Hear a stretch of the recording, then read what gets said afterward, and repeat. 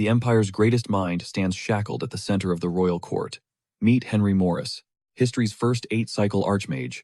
The legend who single-handedly built this empire now wears heavy iron chains.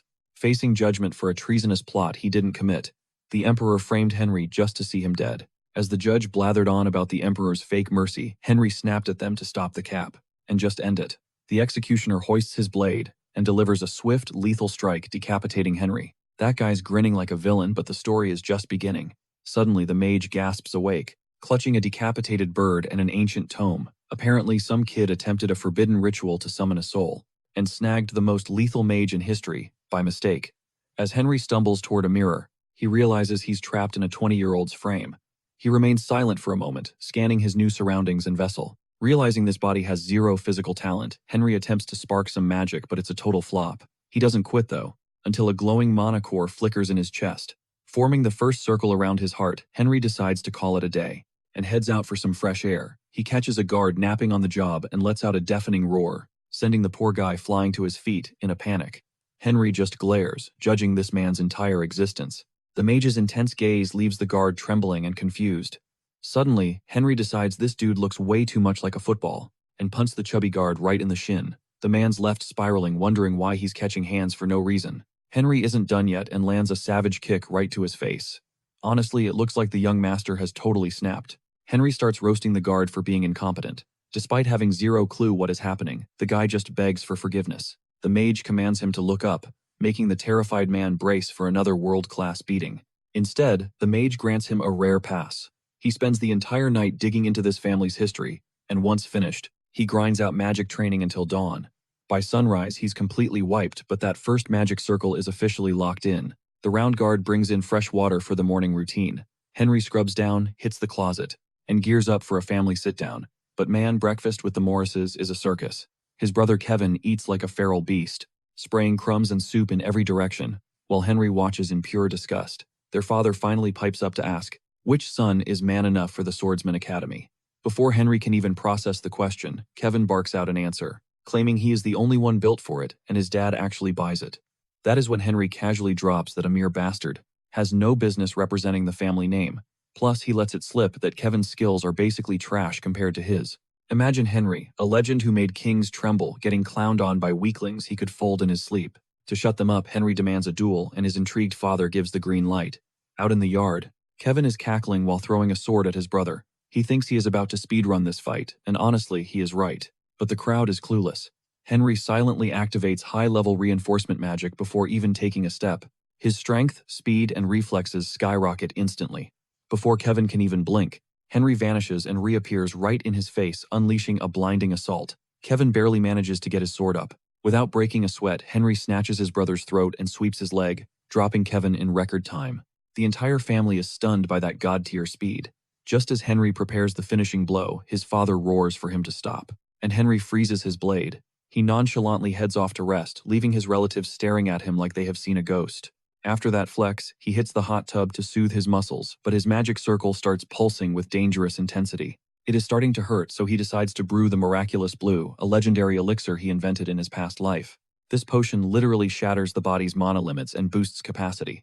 He sends his guard to fetch the materials, but there is a major catch. The green crow flower is off limits because some low-level bandits are camping the trade route. Henry tells his servant to prep the horses and grab a blade because he is about to handle this business himself. Only problem, the kid's horse looks like it is one sneeze away from meeting its maker. This thing is basically a skeleton. Henry pivots to forbidden biomodification magic. He slices his finger and spends hours painting bloody runes across the horse's skin. He commands the hidden power to awaken. Suddenly, that dying nag transforms into a majestic warhorse, rippling with muscles and a killer aura. The guard is absolutely floored considering this horse was practically a zombie moments ago. Now it is back to 100% power. They hop on and ride straight into the woods to hunt some bandits. Henry piles the shimmering loot onto his servant as their steeds begin a slow trot, practically baiting the bandits to strike. It doesn't take long for the trap to spring, as a group blocks their path, barking orders to halt. These thugs moved fast. The poor ogre begins to tremble, terrified of meeting his end, while our protagonist realizes these guys are experts at moving in the shadows. Their leader lets out a mocking roar of laughter at the sight of them. He sneers, asking if the boys are literally begging to be kidnapped, finding their presence on this road hilarious. Unfazed, the hero asks if he's speaking to the big boss.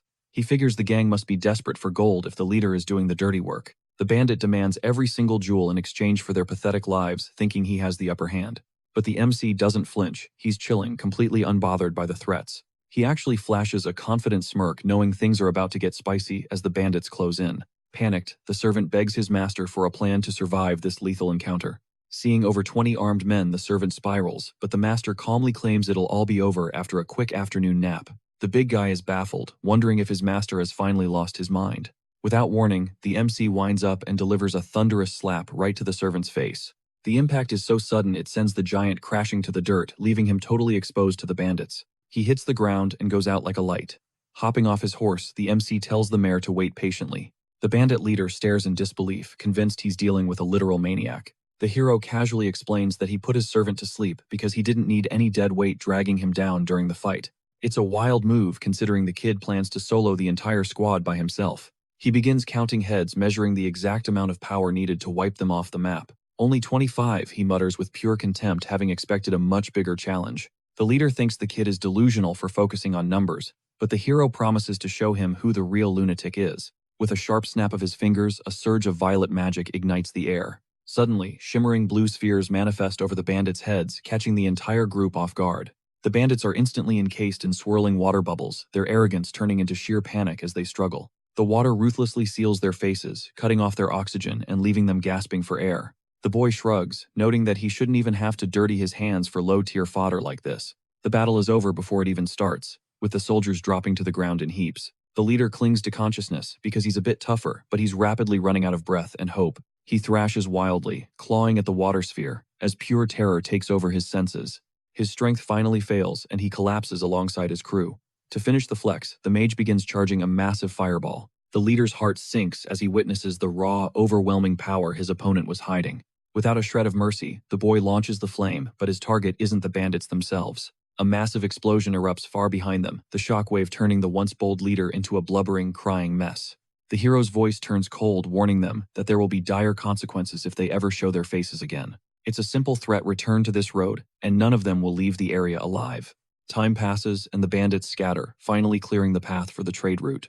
The fat servant finally groans awake, having slept through the entire one-sided massacre. He wakes up, startled and confused, wondering why he was suddenly napping on the dirt road. He asks what happened to the army that surrounded them, but the master just lies and says they all got scared and ran. The ogre is left speechless, unable to process how a violent gang would just pack up and leave.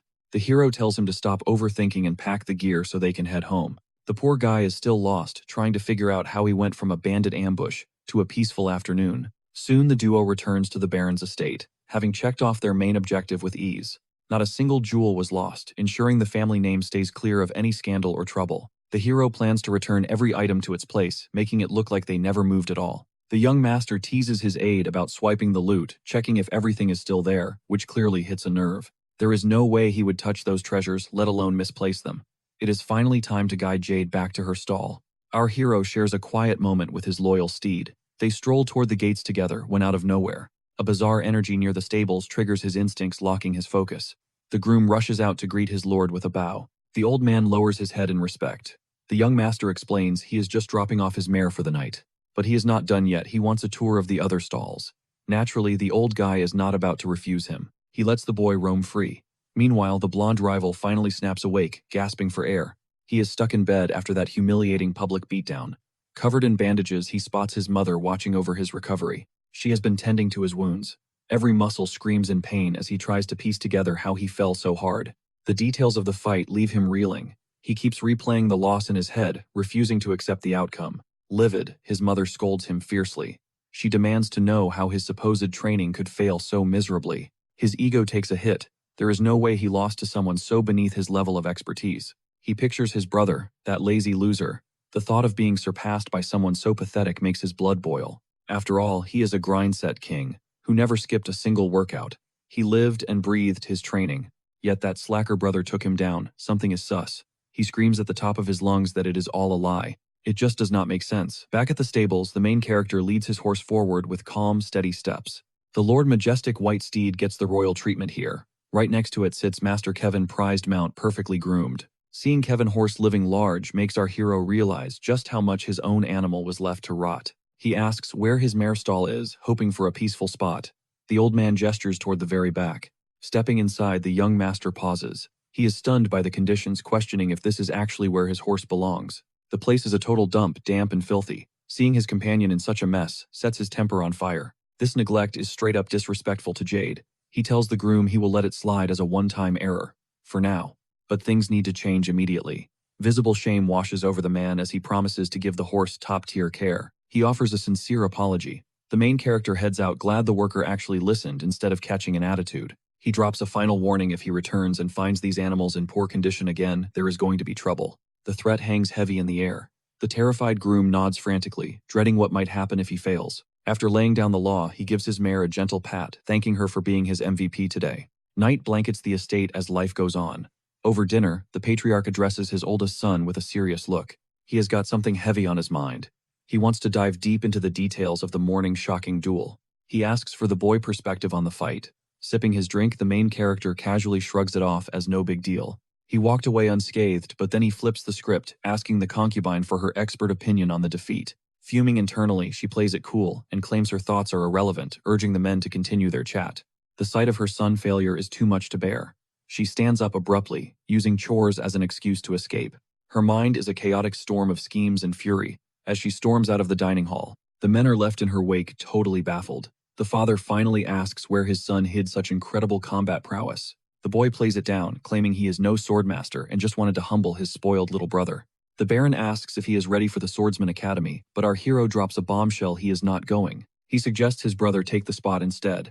The head of the house is floored, wondering why he would suddenly pivot like this. He claims his brother has more potential for formal training, but the father senses something fishy about this sudden humility. The story has changed since this morning. The main character lies through his teeth, claiming his earlier insults were just heated talk. He insists that sending his brother there is the only way for the family to truly level up. While he is ditching the academy, he has no intention of letting such a massive opportunity go to waste. He claims he was just testing the kid, and asks his father to send his brother to his room later. The Baron is seriously confused. His son feels like a complete stranger now, but the father agrees. Then the boy drops some fresh tea about recent events. Rumor has it the bandits terrorizing the trade routes have vanished into thin air. The old man is absolutely stunned. Is it truly him? The boy wonders, confirming that the merchant raids have finally ceased. The Baron vows to verify the claims through his scouts, dismissing everyone to their chambers for the night. But sleep won't come easy. Whispers fill the halls about the hero's insane choice to snub the academy. Irritated by the loud gossiping right outside his door, the protagonist slowly creaks it open to investigate. There stands his blonde brother, looking completely drained and defeated. As he approaches, the MC locks eyes with him. "What brings you here so late?" our mage asks coldly. Fumbling for words, the boy tries to avoid a lecture. Trembling, he admits the Baron ordered this meeting to settle the matter of the academy once and for all. The wizard scoffs, clearly losing patience with the stuttering. "Speak clearly. I haven't got all night." "Are you always this pathetic?" the MC snaps. Flustered and red-faced, the boy screams a desperate no in defense. Intrigued, the hero demands his brother recount their father's exact instructions to finally clear up the confusion. The MC is stunned. The bratty brother he knew seems different. How did he undergo such a radical shift? Out of nowhere, the boy bows his head in apology.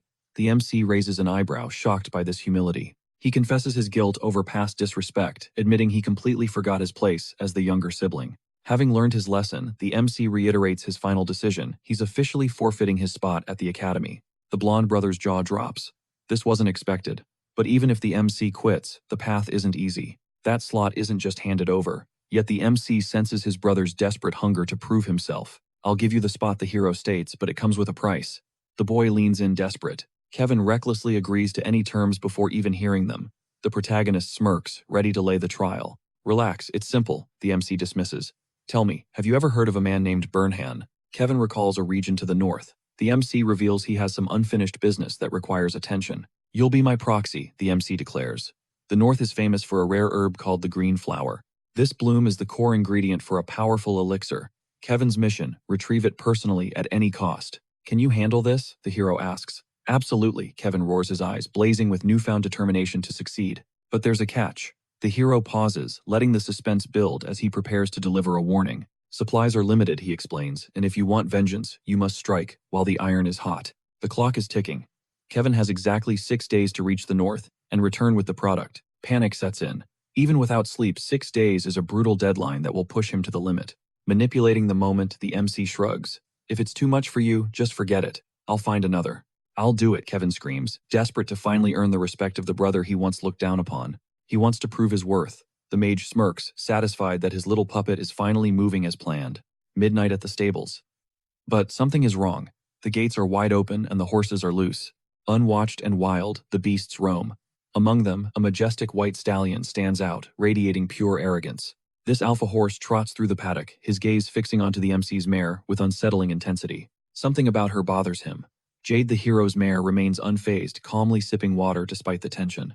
Her indifference is an insult. Enraged, the white stallion snorts and launches a violent charge directly at her. He lunges with savage intent, aiming his massive head straight for her flank to assert his dominance.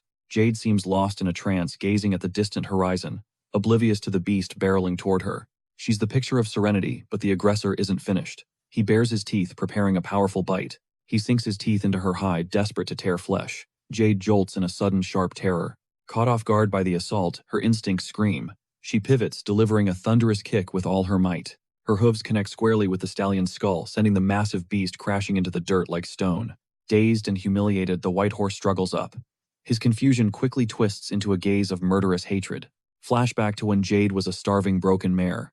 Nobody cared until the protagonist chose her and changed everything. His magic didn't just heal her, it evolved her. She's now a powerhouse, radiating an aura of intimidation. Fear is a memory. As the stallion prepares to strike again, Jade stands her ground and a scream echoes. Karma strikes the white stallion for its foul temper as a frantic voice screams for Vernon. Hunting for the missing man, an elder arrives demanding why they're howling like wounded wolves. Irritation flares as he eyes his mount. The once mighty beast now lies pathetic and completely drained. Paralyzed and broken, the legendary white stallion is a shadow of itself. Foul play is clearly afoot. Kevin spits the truth. If the stable hand is clueless, everyone is doomed. Trembling on his knees, the man sobs for mercy, terrified by the looming threat, and swearing his total innocence. Since everything was fine moments ago, he is ordered to find a replacement mount immediately. Desperation kicks in. Every elite steed is gone, leaving only the rogue temperamental brown horse.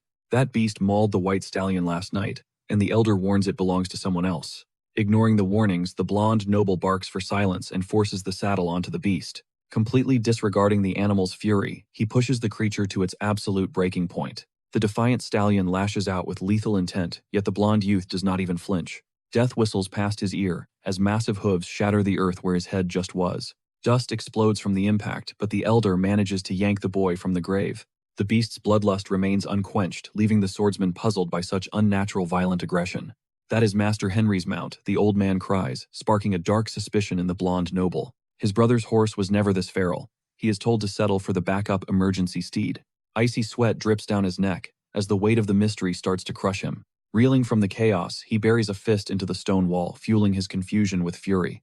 Shaking off the shock, he mounts up and rides, haunted by how easily a beast nearly ended him. Narrowly escaping a lethal blow, he gallops into the distance, putting the stable drama behind him. With his brother gone, he could just sit tight, but his real mission is forging a powerful vessel. To survive the world's deadliest toxins, he must master aura, the raw energy of the common folk. Unlike complex sorcery, aura is simple to grasp, but the path to mastery is pure hell. It demands a relentless cycle of self-destruction and rebuilding to finally shatter one's mortal limits. Only after surviving that crucible will the golden hum of aura finally awaken within his veins. He recalls a past comrade dragging him to train, mocking his frail mage physique to toughen him. He scoffs at the memory of that annoying warrior, remembering how much he loathed every exercise. Staring blankly at the horizon for a few minutes, he plots his next move in this reality. "We have arrived, young master." He steps out, ordering his servant to fetch him for lunch. According to the family records, his bloodline only boasts 2 true masters of the blade. The first is Baron Hans Morris, the patriarch, while the second is the fierce Captain Byrne. Learning that the head of security is a sword specialist sends a surge of interest through him. He slips inside like a ghost moving through the shadows without making a single sound. The eerie silence of the estate catches him off guard, as everyone vanished to their daily chores. A young girl suddenly appears, stammering a greeting. He dismisses the formalities, cutting to the chase. "Where is the Baron?" he asks. She points toward the hidden reaches of the guard outpost. He stalks along the fortress walls until a familiar face stops him in his tracks.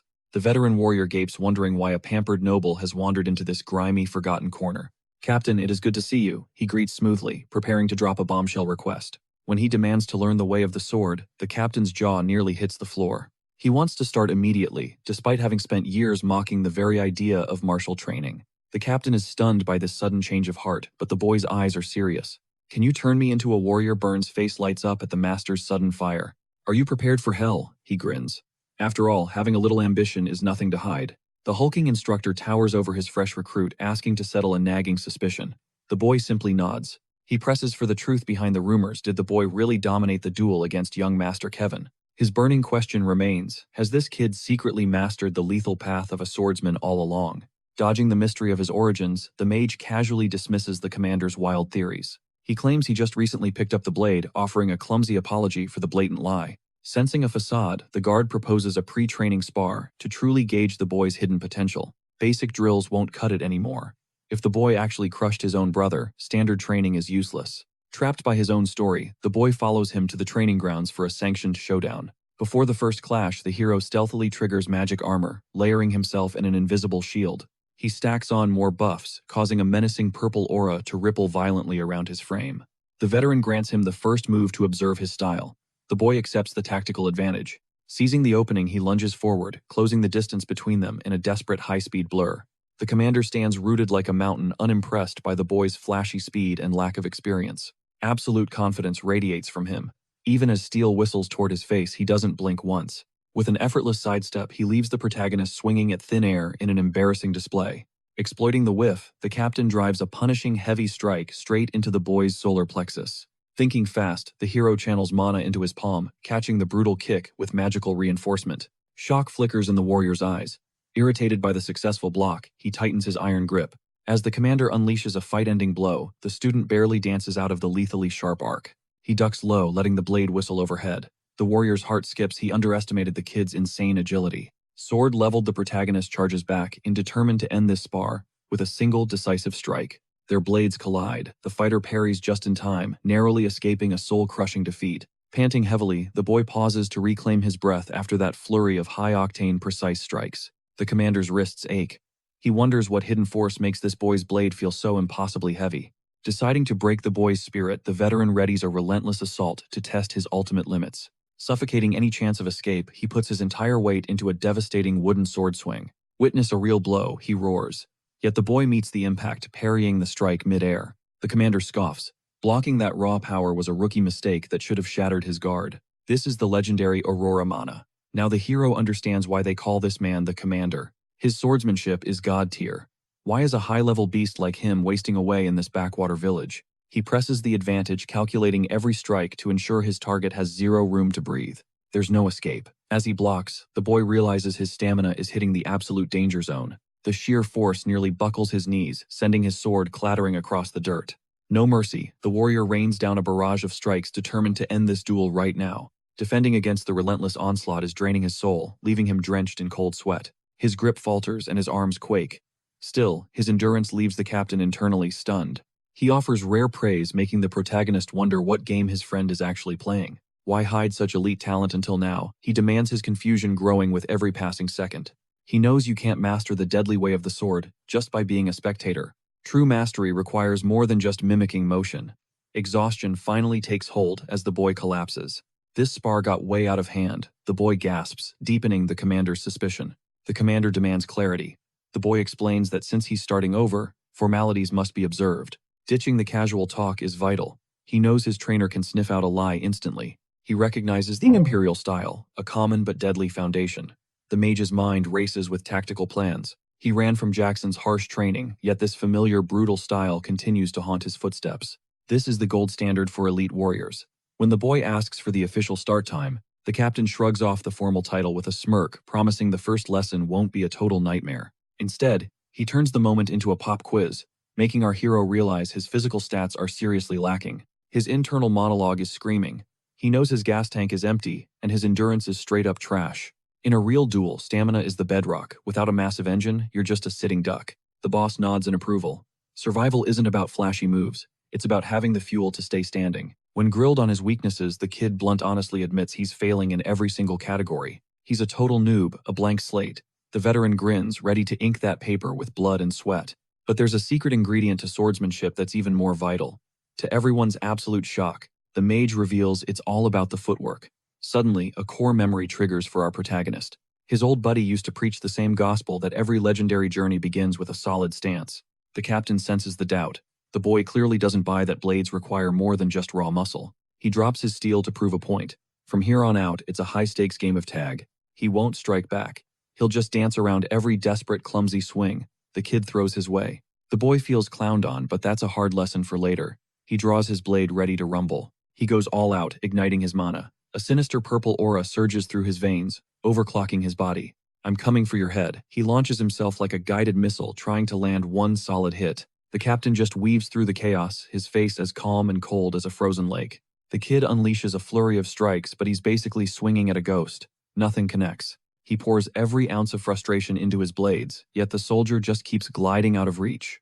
It looks like a walk in the park for the guard. One final dodge sends our hero lunging into nothingness. The kid overcommits, and in a blink, the warrior has vanished and reappeared right behind his back. Our mage protagonist is left staring at thin air, his brain lagging miles behind the veteran's reality. A light tap on the neck snaps him back to earth. Looking for someone, the boss taunts. The kid jumps out of his skin with a panicked yell.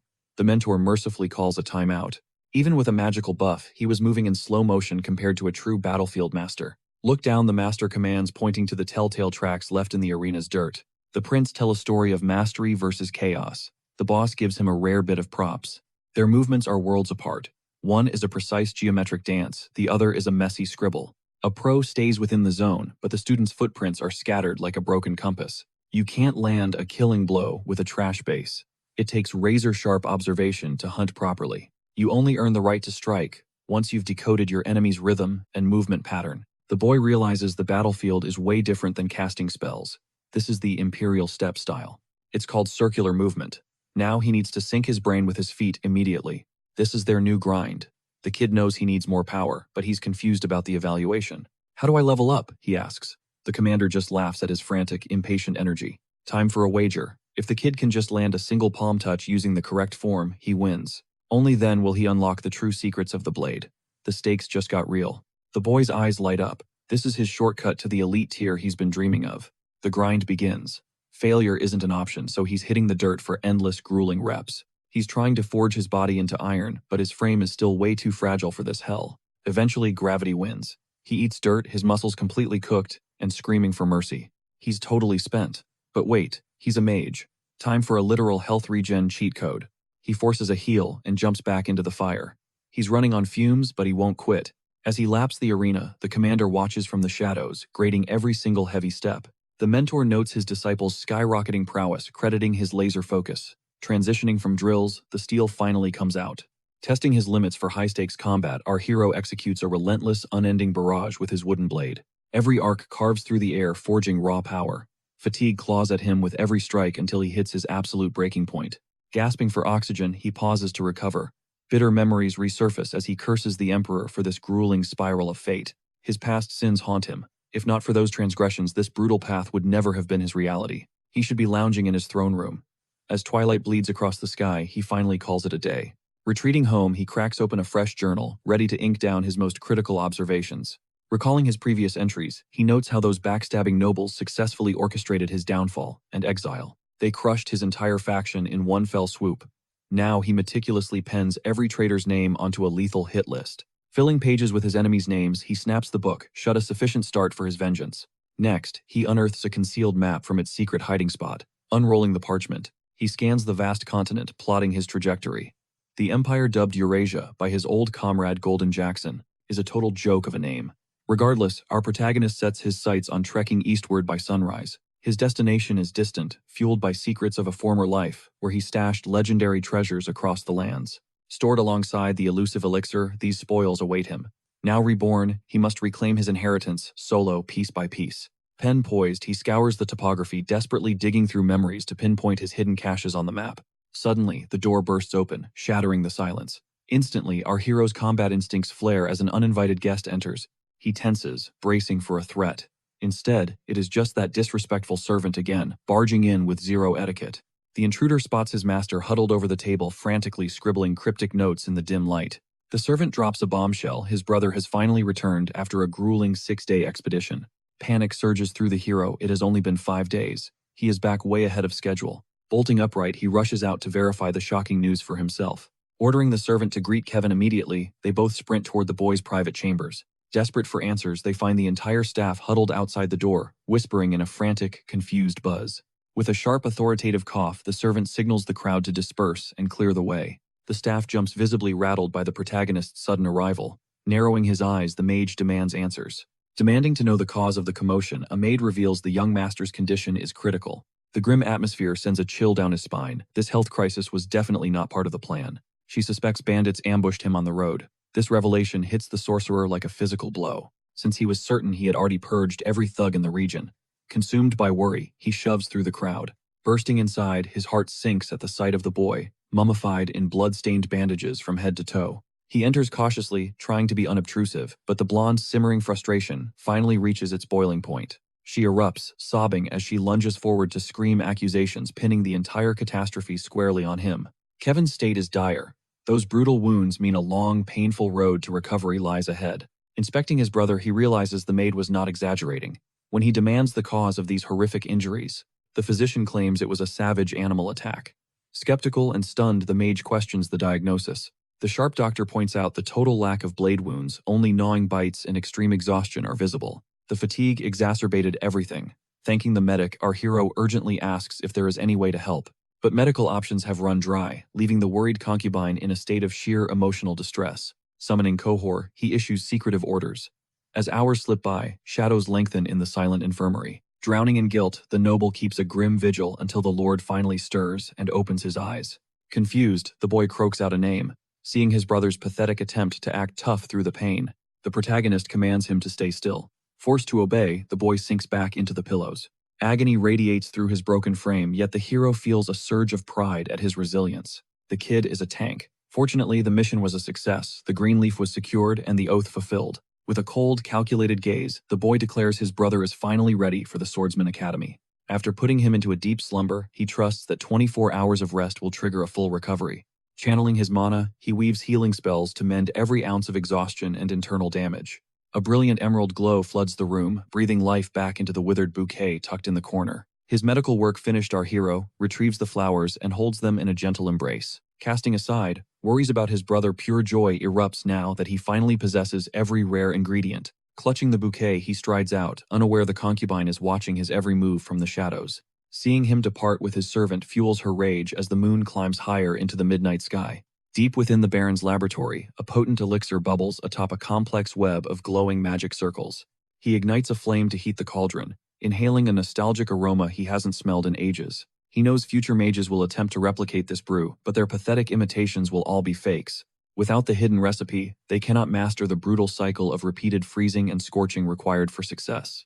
As the liquid shifts hues and its scent permeates the castle, he prepares for a perfectly timed dose. One slip-up would cause a mana burst, detonating his heart instantly. The real danger of such explosions is the total loss of control. This isn't about raw muscle. It's a test of sheer mental fortitude. Mastery demands extreme sensitivity to the world. Even with the theory mastered, his hands shake with primal fear. He downs the concoction, desperate to reclaim the godlike power he once wielded in his past life. Mid-gulp, his eyes widen. A jarring, unnatural bitterness hits his tongue, a taste that shouldn't exist. He slams the empty vial down, head spinning as the strange flavor wreaks havoc on his senses.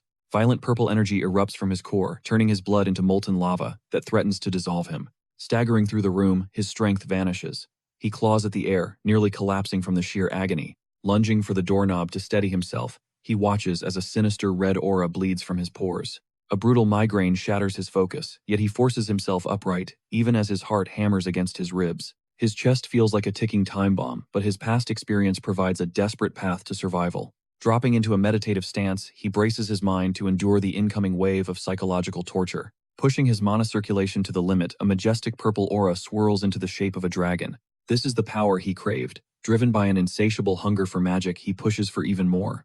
Commanding the arcane forces to overflow, the room is bathed in a blinding violet light of pure energy. His power surges, bringing a crushing pressure that rivals the agony of awakening all 8 magic circles. Those past memories are nothing compared to this hell. Every nerve screams as if he is facing death itself.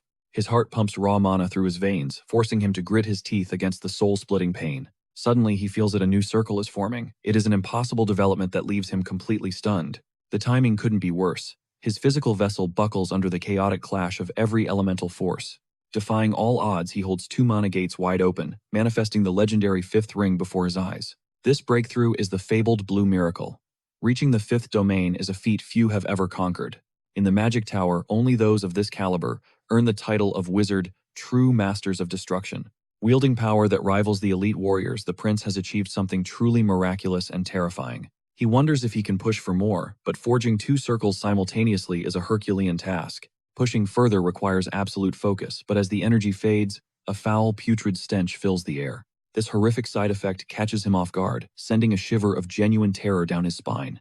Panicking, he rips off his clothes and flings them aside, desperate to inspect his body for damage. Instead of decay, he finds a physique sculpted like a god. Then his eyes fall upon his discarded shirt. A thick, grimy brown sludge has soaked through the fabric, evidence of the impurities purged from his system. Even though magic dried his gear, the morning light stings his eyes, making him feel strangely sensitive. He checks the mirror, seeing a legendary warrior's build. With 2 extra circles, he has finally reached the awakened stage. Awakening strikes, magic wielders exclusively shattering their natural physical limits. Skeletons restructure and muscles swell into a purely shredded muscular physique. But that stench is foul. Luckily, his cleaning magic scrubs the grime away instantly. Hyped by the gains, he laughs. Power comes way easier than he thought. Next morning, the cook freezes as the sun rises over his boss's transformation. Seeing the master's new look literally sends a passerby hitting the dirt road. Nearby peasants freak out as the mountain peak begins to scream with debris. Terrified, they pray it's just thunder. Spoiler, it definitely isn't. Actually, his shock magic is obliterating the summit. A rock avalanche surges toward him. Trapped. The veteran mage slams down ice field to freeze the incoming chaos. A violet energy barrier erupts, shielding the protagonist from a rocky grave. The orb blasts rocks away, tanking every brutal impact from the peak's collapse. Smoke chokes the air, making the mountain's destruction visible from miles away. Standing amidst the frost, he realizes his wild plan actually worked. It's enough. The ice wall trapped the boulders for future use. Following his gut, the boy suddenly triggers the shockwave again. It shatters. Lethal icy spikes fly back at him. Talk about bad luck. Frustrated, he frantically calculates his next defensive spell to stay alive. Razor-sharp shards rain down, impaling the hard earth with terrifying force. With elite footwork, he blurs, jumping from spike to dodge the onslaught. His circular step combines with days of grueling drills, making him incredibly agile. Seconds later, the noble escapes the impact zone, his breath coming in heavy rags. Mana drained but smiling, he's hyped to have crushed his first major challenge. Post-training, our hero hits the barracks to finally challenge his master. The teacher is stunned. Only a few weeks of training, and this. He can't believe the kid mastered the skill this fast. It's insane. A promise is a promise. 3 minutes to reach the trainer. Go. Every grain of sand counts, even if the student thinks he's ready. One more thing, fail to win in 3 minutes, and the punishment gets brutal. Feeling the pressure, the noble can't back out. His revenge plan depends on this. To keep it fair, magic is banned. Only physical awakening effects are allowed. The hourglass flips. Time flows like magic as the test begins. The main character blurs forward instantly, appearing right behind his target. Going full throttle, he throws a punch, but the master dodges effortlessly. Zero breathing room, he pivots instantly, hoping to end this clash fast. Their footwork is a deadly dance, but his knuckles catch nothing but air. He stumbles on the miss. The mentor instantly spots the fatal opening. While the hero recovers, the veteran soldier already has a plan. Another dodge. The soldier leans back just before the strike connects. Crack. The master intercepts his fist, spinning him into a brutal ground slam. His timing shatters. The precious hourglass time is slipping away. The protagonist eats dirt, dragging through the ruins. That definitely stung. The mentor smirks. I never said I wouldn't hit back during this fight, kid. He drags himself up. He gets the deal, but he isn't stopping. Refusing to lose, he charges at full speed, screaming with a warrior's resolve. The captain remains ice-cold and unfazed by the boy's struggle. Closing the distance, he buries a heavy fist into the kid's solar plexus. Pure physical dominance sends him airborne, followed by a brutal follow-up kick that launches him even further across the arena. The impact is so violent he nearly crashes through the wall, leaving a jagged trail carved into the desert sand. His chest burns with every breath, and though his opponent's defense seems impenetrable, surrender isn't in his DNA. Gritting through the agony, he charges back into the fray, desperately reaching for the captain's face with a trembling hand. It's a bold move, but he's still too slow. The veteran warrior casually swats the strike aside like a fly. Time is bleeding away as the hourglass nears its end, and a cold wave of dread washes over the young sorcerer. Every passing millisecond screams defeat, but suddenly his heightened senses pick up a shift in the air that irritates him. Through the chaos, he spots his rival blitzing toward him at breakneck speed, winding up for a finishing blow. The massive impact hoists him clean off the ground, leaving the battered boy reeling in a total daze. Thanks to the elixir's side effects, he hits the deck hard, wasting precious seconds that push him to the brink of failure. He collapses face down in the dirt, paralyzed by pain, yet he still tries to claw his way back up to his feet. His spirit is still willing to fight, but the soldier points to the hourglass. The final grain of sand has already fallen. It's over. The cold announcement of defeat hangs in the air, yet his mentor calls the performance nothing short of spectacular. Since his growth rate is absolutely cracked, the next 10 days will be a hellish, strength-building regime. He'll need to think twice before challenging the captain again, and with that, the grueling day finally concludes. As moonlight bathes the mansion, the boy is so drained he can't even fathom hopping in the shower. He collapses onto his mattress just to catch his breath, his aching muscles, making him question if his loss was purely due to inexperience. He wonders if there's a missing link in his awakening that's preventing him from keeping pace with his master's god-tier power. Driven by obsession, he hasn't slept in days, pouring every ounce of energy into mastering the elusive circular step.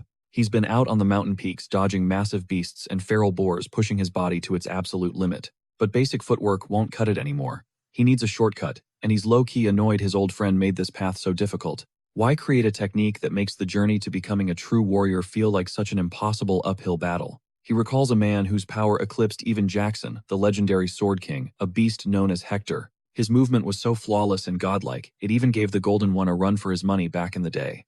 Hector was exiled from the kingdom despite defeating Jackson, a political sacrifice made necessary by the looming war. If only he were still alive to help orchestrate this revenge. But since that buddy is gone, things have changed. Hector is now the only one who can elevate his skills, prompting the boy to scour his bookshelf for answers. He hunts for the one volume that fits his dark agenda, the forbidden black tome filled with ancient unstudied sorcery. To his surprise, the book is perfectly intact, teeming with complex archetypes just waiting to be mastered. Taking a seat, he meticulously scans every line reading of the Guillotine of Evil, meant to expose the world's lies. This is the essence of restoration magic, a power capable of healing the user's very soul and body. He channels his mana into the ancient pages to trigger the spell, mending the fractured history and broken seals within. After the intense restoration magic surges through the paper, he waits with bated breath to see if the ritual actually held. Cracking the tome open, the text is now crystal clear. The spell was a total success, but the real work starts now. Under the pale glow of the moon, the boy spends the entire night devouring the forbidden knowledge within the book. He dives deep into the dark arts, realizing that perfectly resurrecting a soul is a task that defies the laws of nature. His own rebirth was a fluke, and opening the gates to the underworld requires the peak power of a full moon. He needs a sentimental tether to ground the spirit, but luckily tonight's moon is at its absolute zenith. He begins chalking complex symbols across the floor, knowing the biggest hurdle is the swordsman's legendary legacy. He draws line after line with surgical precision, completing the pentagram before surrounding it with flickering candles. Runes are etched along every curve of the star, and finally he places his palm at the center to ignite the ritual. Flooding the circle with restoration magic, he chants ancient forgotten incantations that haven't been heard for centuries. A violent red aura explodes from the pentagram as the boy's massive mana pool fuels the forbidden summoning. The ritual holds steady, tearing a soul back from the void, as a spectral figure begins to materialize in the room. Smirking at the literal jaws of hell, our hero tracks the heavy footsteps and greets an old friend he hasn't seen in ages. Meet Scar, a spirit forged from pure, unadulterated greed. Right in the heat of the ritual, the protagonist drops a question. He asks if the spirit missed the name on the contract. Visibly tilted, the creature huffs, demanding to know who dared to summon him. With a chuckle, the mage teases that his buddy clearly missed him, even if he's playing it cool. The toad freezes, completely lost. Who is this kid? Henry doesn't waste time and begins his explanation. He explains the whole body-swapping situation, insisting he's the same Henry from back then. But the spirit isn't buying it. Henry brings up a specific trade sacrament, the one blasted by lightning. That hits the spirit like a freight train. He's floored that anyone would know that secret. Then Henry mentions the deal involving a fang from the Shadow Kingdom. He lists off several more top-secret deals. The toad starts panicking, his suspicion reaching a boiling point. See, everyone who knew those secrets is long dead. To prove he's not a fraud, the toad demands a demonstration. He wants to see some real magic. This is Henry's shot to silence the doubts and prove his identity for good. Clenching his fist, he channels his inner mana to ignite a high-tier spell. First up on the menu, a flicker of azure flame that illuminates the darkness. With master-level precision, he molds the fire into a miniature dragon. It's high-level pyromancy, but the spirit is still skeptical. He just can't wrap his head around what he's seeing. The full story is way too long for a quick chat, but Henry is just glad his old pal is still kicking. The spirit is reeling, unable to process this impossible resurrection. It's the ultimate plot twist for him. But Henry didn't summon him just for a reunion. He's got a massive endgame in motion. As a merchant, the Toad offers a VIP discount to his old regular. Then Henry drops a name. Does he remember King Hector, the legendary swordsman who forced even Golden Jackson to beg for mercy? Fortunately, he remembers vividly. That makes the next part easier. Henry wants Hector's legacy. It's a bizarre ask. A legacy is usually just an abstract concept, mostly good for building monuments. Henry asks if it's available in the shop, but the Toad takes one look at Henry's current state. He realizes Henry hasn't even cracked the 5th circle yet, assuming his old client is broke, and has nothing of value to trade. The spirit gets cold. No handouts, not even for an old friend. Years of separation don't mean a discount. He's charging full market price for this request. That's his final offer. He's willing to listen, but only if Henry has something worth his time. First, he wants to know why Henry is so cocky. With a smirk, the mage counters with a teaser. Isn't he dying to know how Henry pulled off a solo resurrection? Naturally, the Toad is hooked. He's desperate to understand the mechanics of that rebirth. Henry leans in, pressing his advantage in the deal. The trade is high stakes. A perfect rebirth is nearly impossible, making the intel priceless to both parties. Real talk, in all his centuries, the Toad has never seen anyone pull this off. That secret is Henry's trump card. He promises to pay up the moment he gets his hands on the item. You can't outplay one of the sharpest minds in existence. The spirit begins the summoning process for the legacy. Reaching deep into his gut with a sickening squelch, he begins dragging the warrior's legacy into reality. Finally, he reveals a slime-coated tongue holding an elegant ring. This is the king's own wedding band, a legendary gift once given to the kingdom's princess. Gagging at the sight, Henry hopes this is the key. If this fails, nothing will work. The Toad pulls the filthy dripping ring out and holds it forth. As he hands it over, the mage instantly casts a purification spell to avoid the gross green goo. It glitters like new again, though Henry is still repulsed by his friend's toxic green drool. Pure nightmare fuel. Still, he's hyped to have the ring, revealing it was all possible through forbidden arts. The Toad is shaken. He's completely out of the loop. Henry doubles down on the mystery. The truth behind how he cheated death on the day of his execution is far more sinister. The moment he woke up, he analyzed the situation. That's when he spotted a cryptic necromancy tome nearby. Holding a chicken, he realized his new host was a failed necromancer who lost his soul during a botched ritual. Henry explains the book triggered his return, so he figured he'd study the dark arts regardless. A twist of fate. The brat's blunder actually resurrected the sorcerer. That's the whole rebirth story. The frog is fuming. He swapped a rare treasure for useless info. 0 perks for a massive price. Grinning, our hero casually asks why his pal is so salty. Keeping it real, the tilted frog groans that he forgot how chaotic his friend truly is. He regrets the slip-up instantly. He bellows that even with a new life, some things never change. Souls stay the same. Our main character smirks, knowing he outplayed everyone with his sheer audacity. Always 10 steps ahead. Before vanishing, the frog hurls gross slime at his feet in defiance. He enters the ritual circle to return to the spirit realm. Hell beckons him back to its depths. Magenta goo stains the tiles. Chilling with a smirk, the protagonist jokes that the merchant was actually adorable. Glancing at his small hand, the Great Sword King's ring glows. This legendary heirloom is his trump card. He's betting on a smooth resurrection. But the moment the frog disappears into the night, agony strikes. Sharp pain rips through him. The ring hits the floor as ominous black sludge begins to ooze everywhere. The filth spreads. Our buff hero knows this blood sacrifice is the key to the ritual's success. He squeezes his bleeding wrist. Ignoring the stinging heat, he chants ancient words that defy human logic. The air thrums with crimson energy. The spilled blood begins to sizzle and evaporate into a misty haze. A blinding flash erupts, leaving him dazed. Within the ritual's heart, a massive blue barrier starts manifesting. Runes glow on the sapphire wall. He realizes this isn't just a gate, it's the portal to the nether. As the rift widens, a shadow with piercing red eyes emerges. Ever alert, the main character stands his ground. He recognizes him instantly: Hector, the legendary king of swords.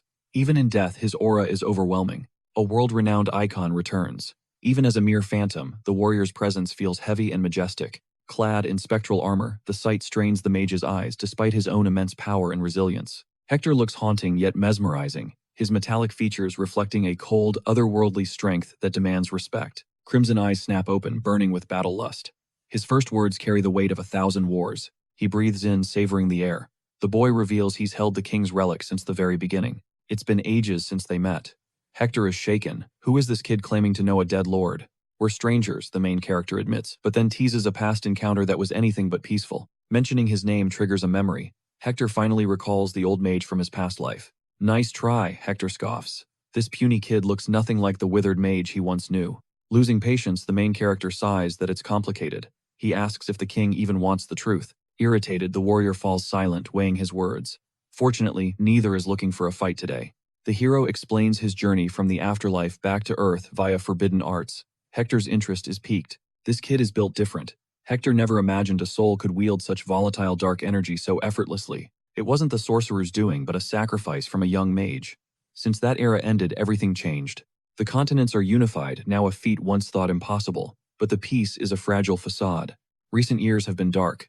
The empire he helped build, the legacy of a hero, has crumbled into dust. Golden Jackson's heir chose slaughter over leadership.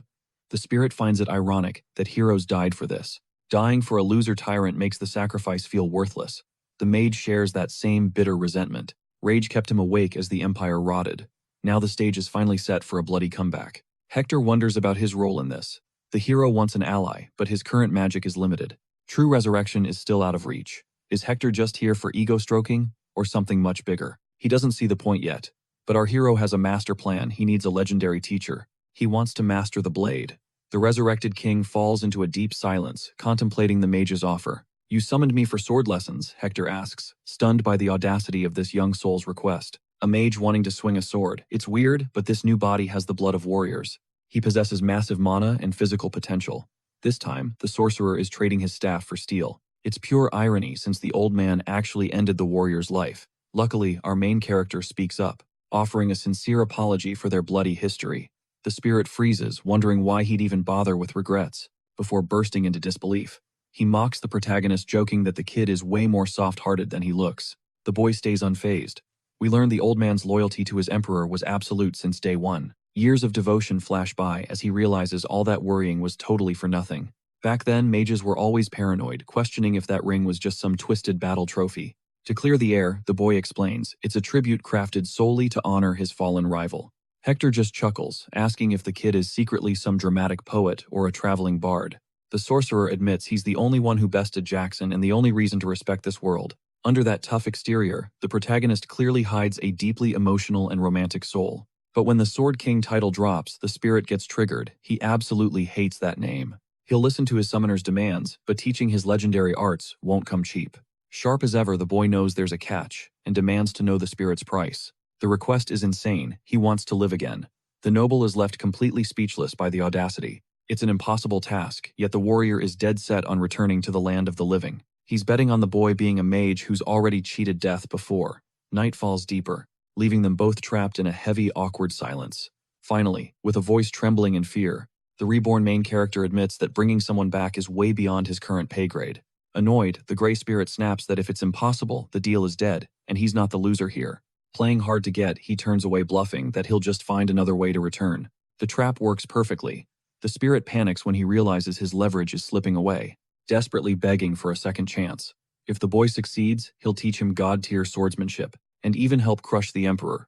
But despite the tempting offer, our hero simply can't deliver. Enraged, the spirit screams that this is all cap and that the kid is just playing him. The noble stands his ground. He'd never lie when his own goals are at stake. Hector starts to listen. It's facts, necromancy, and true resurrection are two different beasts, and the main character is no expert. He can't just gamble his life on magic he doesn't understand. The vibe gets incredibly dark.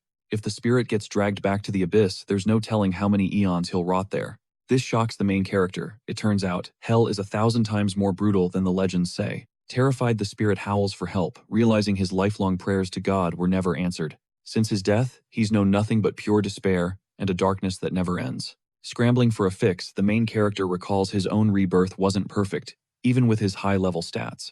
Yet dark magic plays by its own rules. The muscular warrior suddenly drops a heavy question, asking if the boy knows any necromancers. Rumor has it these dark practitioners possess the forbidden power to make the dead walk again. It's basically the same vibe as liches. After turning, they become immortal skeletons, yet they keep their human essence and godlike abilities. Following that path might reveal a way even if the odds are stacked against them. Being an undead monster is way better than being trapped in an eternal silent prison. Gripped by fear, the spirit begs the protagonist to swear he'll follow through on this. He warns of a curse if he fails, but the boy promises to give it his absolute all. Suddenly, the hand clutching the ring begins to throb with a menacing purple glow. Pure energy surges from the artifact, turning the entire room into a blinding violet haze. Turns out the ring is cursed, a desperate choice the man made back when he had nothing left. Confusion fills the air. Seeing his partner struggle, the main character feels a surge of empathy. He vows to summon him every full moon for training sessions starting right here, right now. No time for rest. They march straight to the barracks to begin their midnight grind. Gaining strength is no joke. Our hero is pulling a pro move, mastering 2 sword styles simultaneously. This double training is brutal, but it's his only play. He must master both arts now. Chuckling, he claims he won't break.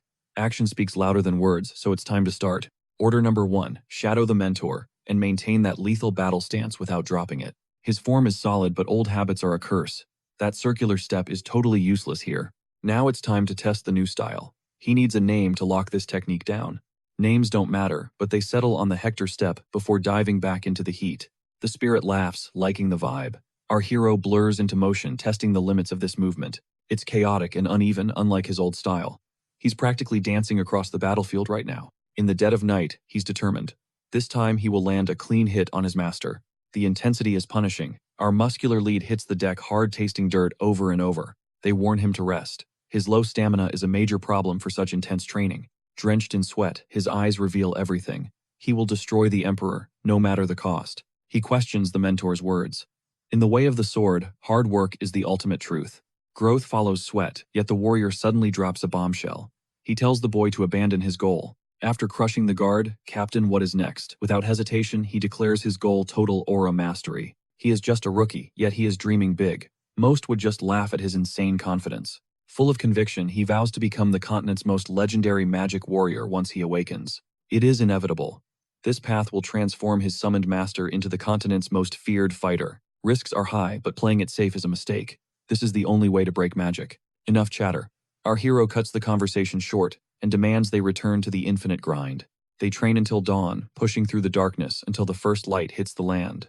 No sleep, just grit. Despite his experience, the Imperial sword training remains an absolute nightmare. The hero is completely spent. After an eternity of grit, Byrne finally acknowledges his defeat.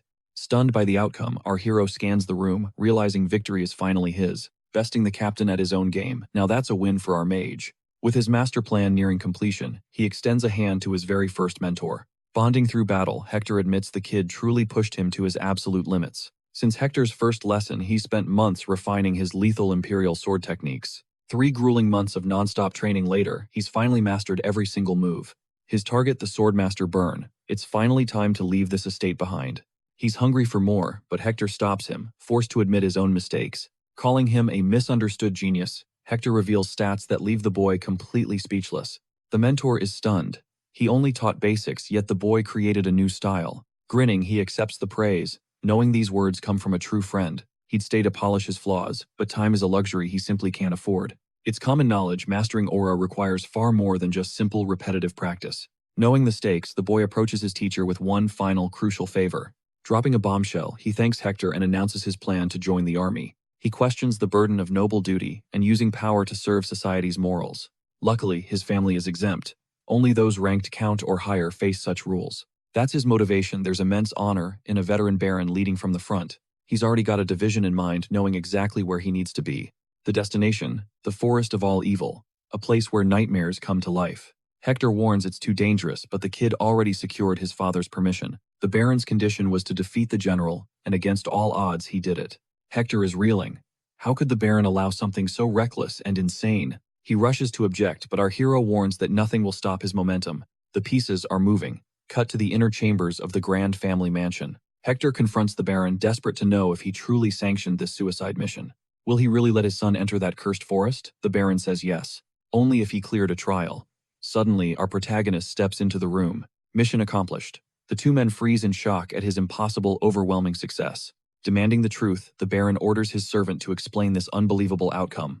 The servant confirms it. The boy's feat is real, and he couldn't lie if he tried. Expecting failure, the baron slams the table in rage. This shouldn't be humanly possible. Holding him to his word, the boy demands permission to enter the forbidden forest. Hector pleads with the Lord. The risk of injury in that hellhole is too high. Taking charge, the young man faces his father, ready to prove his worth. He begs for the chance to test his limits and fight for his own destiny. The baron warns he's too young to grasp the true horrors within those woods. He doesn't realize his son carries the soul of a man who knows the danger. The forest of all evil is a graveyard of legends crawling with high-ranking devils. He asks if his son is truly ready to gamble everyone's safety on this mission. Suspicious, the hero wonders if safety is the real reason they're holding him back. The truth, he's the heir. His father won't risk their entire legacy on a whim. Risking it all is madness, but the boy's iron will cannot be broken. Tomorrow, he departs. With a final, elegant bow, he bids his old life farewell. Irritated by the pushback, he slams the door, ready to leave this place forever. Morning finds the youth locked in an endless cycle of grueling combat practice. Whispers of the cursed forest echo as servants watch the main character. Scandal erupts. Did the Lord approve this? His true decision remains hidden. Night falls, yet the boy grinds on. Exhaustion begins to take hold. He breathes deeply to reclaim his mana, wondering if he's reached his limit. One more step could be fatal. Suddenly, a shadow breaks the silence. The Baron praises his son's unique style, unseen in all his continental wars. He's rarely surprised. He demands to know where this new style originated. A new art was born. Hiding his spirit, mentor the boy lies. He claims he tweaked the imperial style. The Baron finally sees his potential. The truth surfaces. The young mage presses for details about his destiny. The duel revealed the boy was suppressing a terrifying level of mastery. Our hero claims he never intentionally concealed his growing power. He simply didn't care to show off. Why has his father appeared now? The Baron smiles, noting the weak child has become a lethal warrior. He's here to honor his son's wish to face the dark forest. The hero bows, offering his father deep gratitude. He's permitted to see his plan through. But first, a gift. The Baron reaches into his cloak to retrieve something vital. He produces 2 letters bearing a majestic golden letter M seal. The wizard is stunned. Why are these mysterious letters being revealed now? Past travelers became a militia. Fort Caliburn's high commander is waiting there. This recommendation and enlistment letter must be delivered to him immediately. Seeking clarity, our hero asks for the recipient's specific name. Lieutenant Eslin, the world's youngest prodigy. The boy scoffs at the name. If he forgets the name, Eslin isn't important. Now he sleeps. He needs peak strength tomorrow. The household gathers at the mansion gates. Anxiety grows. He takes only a horse. A carriage is just deadweight. Heavy wagons invite disaster. A worried servant warns of the treacherous path. The road leads far from safety. The Baron steps forward for farewells. The journey will be brutal. The boy thanks his family for everything. He honors his father's support. Mounting his steed, he faces the abyss. He waves goodbye, knowing in his heart he's never coming back. This farewell is permanent. He kicks the horse into a thunderous gallop. Speed is essential. The mount neighs as he slams the stirrups home. He demands more power. A specialized skill slashes his travel time dramatically. The beast becomes a bolt of lightning flying across the rugged terrain. A cold smile appears. Revenge is near. He reaches the wood's edge. He halts in the thicket, leaving his horse to face hidden dangers. Casting Stonehouse, a massive rocky cavern erupts from the earth. Deep in the woods, magic light floods the dark interior. He casts Purification, disintegrating every germ and parasite in the cave. Total solitude. He transmutes raw stone into a functional bed. He softens the rock. Fortress complete, he steps back outside. He pats Jade's head, acknowledging her sharp, almost human intelligence. He commands the mare to forage. Understanding flashes in her eyes immediately. Unleashing a day's worth of hunger, Jade begins a ruthless, merciless hunt. 7 days fly by. At the massive Fort Caliburn, a sentry spots movement. He squints at the high-speed blur, heart racing at the thought of an invader. Through the haze, he spots a hooded rider atop a pale yellow steed. The commander suspects a messenger from the capital as the rider nears the gate. Eternal walls loom ahead. This is the doorstep to the deadly forest of evil. Archers draw bows while our hero dismounts with icy, unwavering composure. With a plan in mind, a sharp shout demands he halt his advance. Identify yourself, they bark. Silence is the only answer they receive. He reaches into his cloak. It's not a letter, but something far more bizarre. He hurls a strange pyramid-shaped relic straight at the commanding officer. Whether by luck or god-tier aim, the projectile whistles past the commander. It hits the stones with a heavy metallic ring echoing through the fort. All eyes fall on the object. The commander's face pales in sheer disbelief. How could someone throw such weight from that distance? He retrieves the golden artifact. He turns it over, wondering if this is some legendary crest or identification. Realizing it carries a high baron's authority, he asks the hero to wait for verification. After a tense inspection, the heavy gates finally creak open for the duo. Pardon the hostility, the soldier mumbles, returning the golden identification card. Unfazed, the main character accepts it. This heirloom proves his noble lineage. The security head admits, it's been ages since anyone of such status arrived here. With trust established, the boy slowly lowers his hood to reveal his identity. Finally showing his face, he greets them with a calm, focused gaze. His voice rings out, I am here to enlist in the frontline army. He cites the mandatory noble duty that governs this harsh world system. The officer is stunned. Why would a baron step into this meat grinder? High-ranking nobles only join these ranks as volunteers. He's directed inside the fort. They head toward the enlistment office. "Sorry for the wait," an official says. "The paperwork is verified. The recommendation letter is the real deal. The names match perfectly." He's told to leave the documents and follow along. Passing through the halls, our hero observes the fort's ancient, battle-worn interior. He expected a simple officer, but the atmosphere here feels much heavier. Still, a gut feeling tells him he is exactly where he needs to be. Sunlight bathes the corridor as they reach the inner sanctum of the commander. A booming voice from within grants them entry. No time can be wasted. A bearded giant greets them. This is the man who rules the fort. "The Baron's son, I presume," he asks, gesturing toward a seat with respect. The hero thanks him. The commander senses the hardships the boy has endured.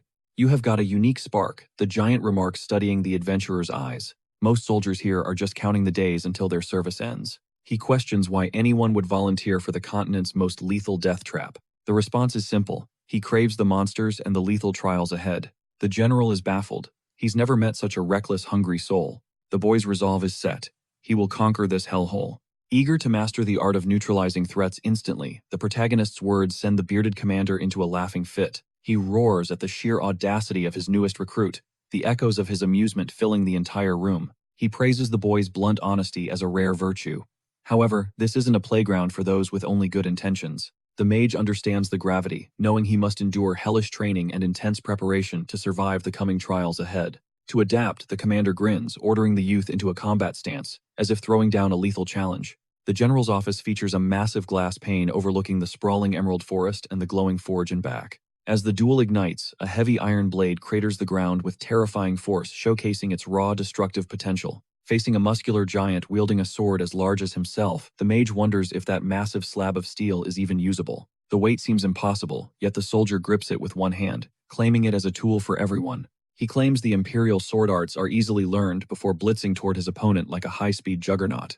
To prove a point, he swings the massive blade, explaining that the true difference lies in one's sheer soul and effort. Realizing he has seconds to react to the blitz, the protagonist grips his weapon, his reflexes kicking into high gear. He instantly triggers his mana shield. Unfazed, the giant continues his assault, raining down a barrage of bone-crushing blows. He pours everything into the strike, but something unusual mid-swing catches the warrior's eye, forcing a sudden pause. He stares, needing to confirm the impossible. The seemingly fragile boy successfully parries the lethal attack at the final second. Despite the massive disparity in their weaponry, the soldier grins, realizing his new recruit is actually built different. He's far more capable than expected. Locking blades with the giant weapon, the protagonist remains steady. Straining against the heavy steel, the boy asks if the test is over. The general admits his initial doubts. He never expected the kid to actually survive that blow. Seeing him standing, the commander refuses to grant a single moment's respite. He readies another max power strike.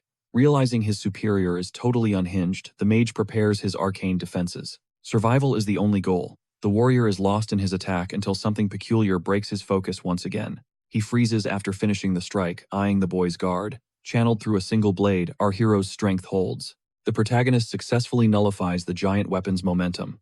This feat leaves the veteran commander absolutely stunned and speechless. Defending twice against such power is unheard of. Suddenly, a fiery-haired girl enters, commanding the room's attention. She demands an end to this reckless behavior, noting that most recruits usually fail to impress the commander this much. While most people are disappointments, our protagonist possesses genuine talent. The girl watches, her mind racing at the boy's display. She's shocked that a mere child countered the general's overwhelming might.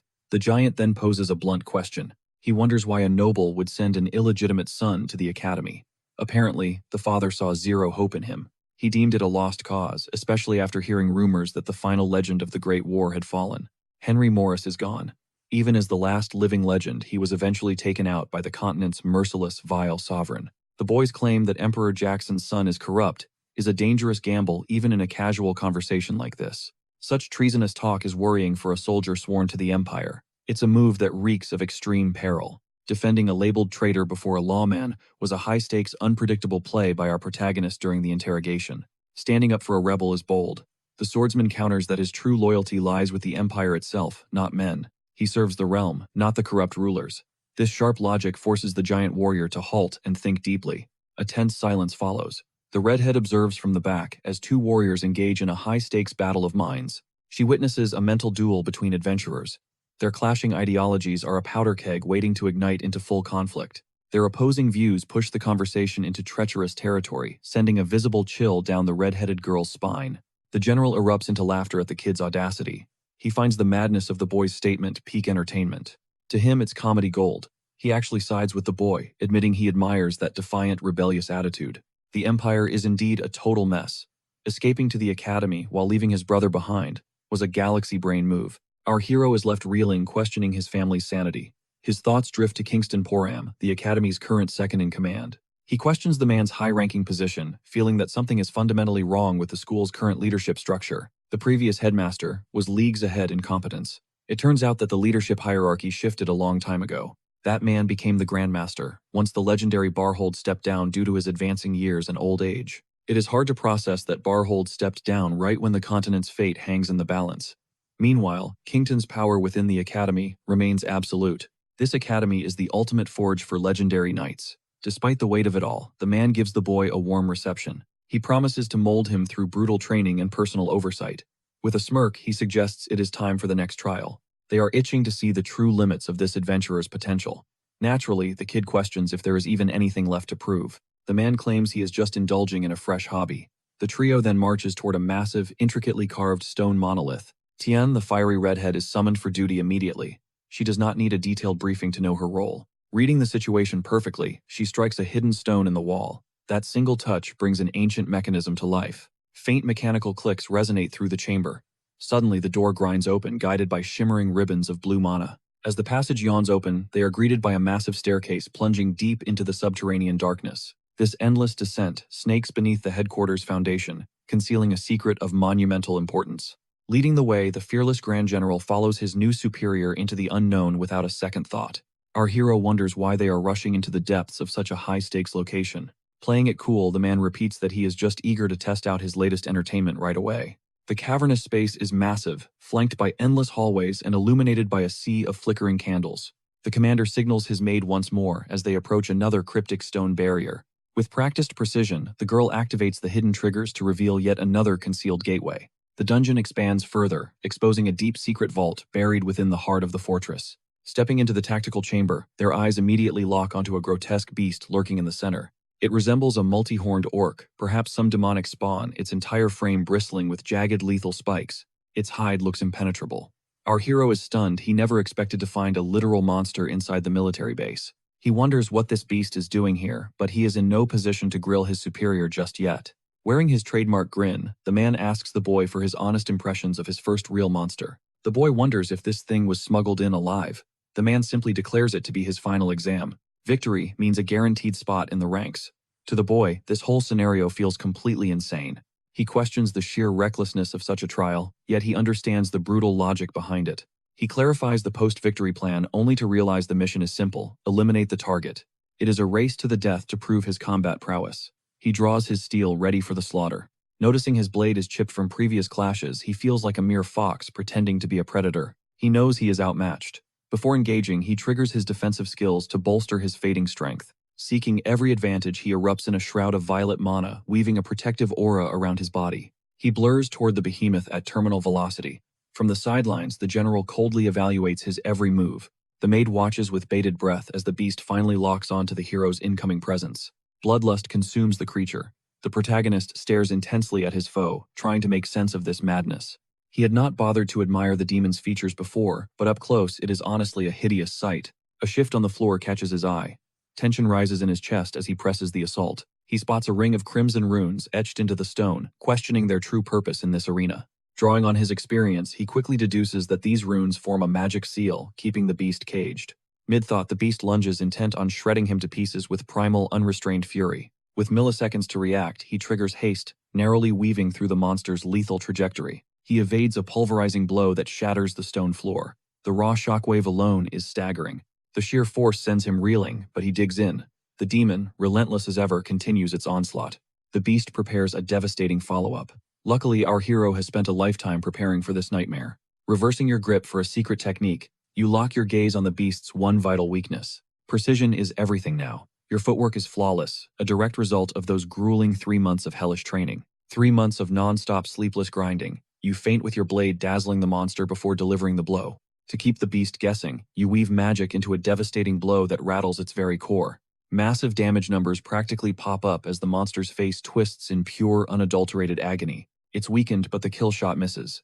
Now the beast is just getting hyped for round 2. Fuming and bloodthirsty, it lunges, but you pull a pro-gamer move sliding low to avoid an early grave. You drop a cheeky line about its sluggish pace, declaring that the real show is only just beginning. The trash talk actually works, stunning the creature who never expected such insane confidence from a mere human. Our boy goes full savage, delivering a bone-crunching headbutt that sends shockwaves through the monster's skull. He's feeling himself now. According to his mental calculations, the win rate is basically 100%. Instantly, he activates high-tier footwork, circling the enemy like a phantom to mess with its tracking. Before it can blink, he's a shadow at its backblade, glowing with a lethal purple aura. Seeing the perfect opening, he winds up a heavy strike and whispers, "Game over, pal." Utilizing that circular step again, he flickers behind the beast once more, leaving it completely shook. Locked in, he unleashes a flurry of slashes, moving with speeds that shouldn't even be possible. The monster can't even turn around to counter, leaving it wide open for some massive free DPS. Effortlessly, our hero drives his blade deep into the monster's spine with a thunderous impact. He shears off those defensive spikes like they're nothing, forcing a pained roar from the crippled beast. Exhausted and broken, the monster falls as the strategist proves once again that brains beat brawn. He loots the severed spikes, knowing these rare materials will make for some top-tier gear later. Staring at the black loot, he realizes that those months of hellish training finally paid off.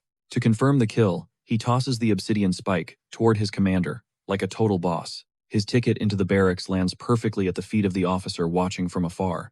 Impressed by the display, the commander wonders if he should even bother clearing the floor. Afraid of staining the tiles with blood, the soldier laughs at the kid's sheer unmitigated audacity. Though the boy acts like he owns the place, the man is genuinely floored by his victory. These beasts are fort-level threats. Approaching, the commander asks how he knew the winning strategy. Targeting the backhorns was a pro move, especially since nobody gave him the cheat codes. He just shrugs it off, claiming a powerful gut instinct told him exactly where to strike. Noticing the impenetrable hide, he figured the monster had to have a glass closet somewhere else. The general remains suspicious, not quite buying the intuition excuse from this mysterious newcomer. A bit anxious, our hero asks if there are more hoops to jump through to prove himself. The commander decides that's enough.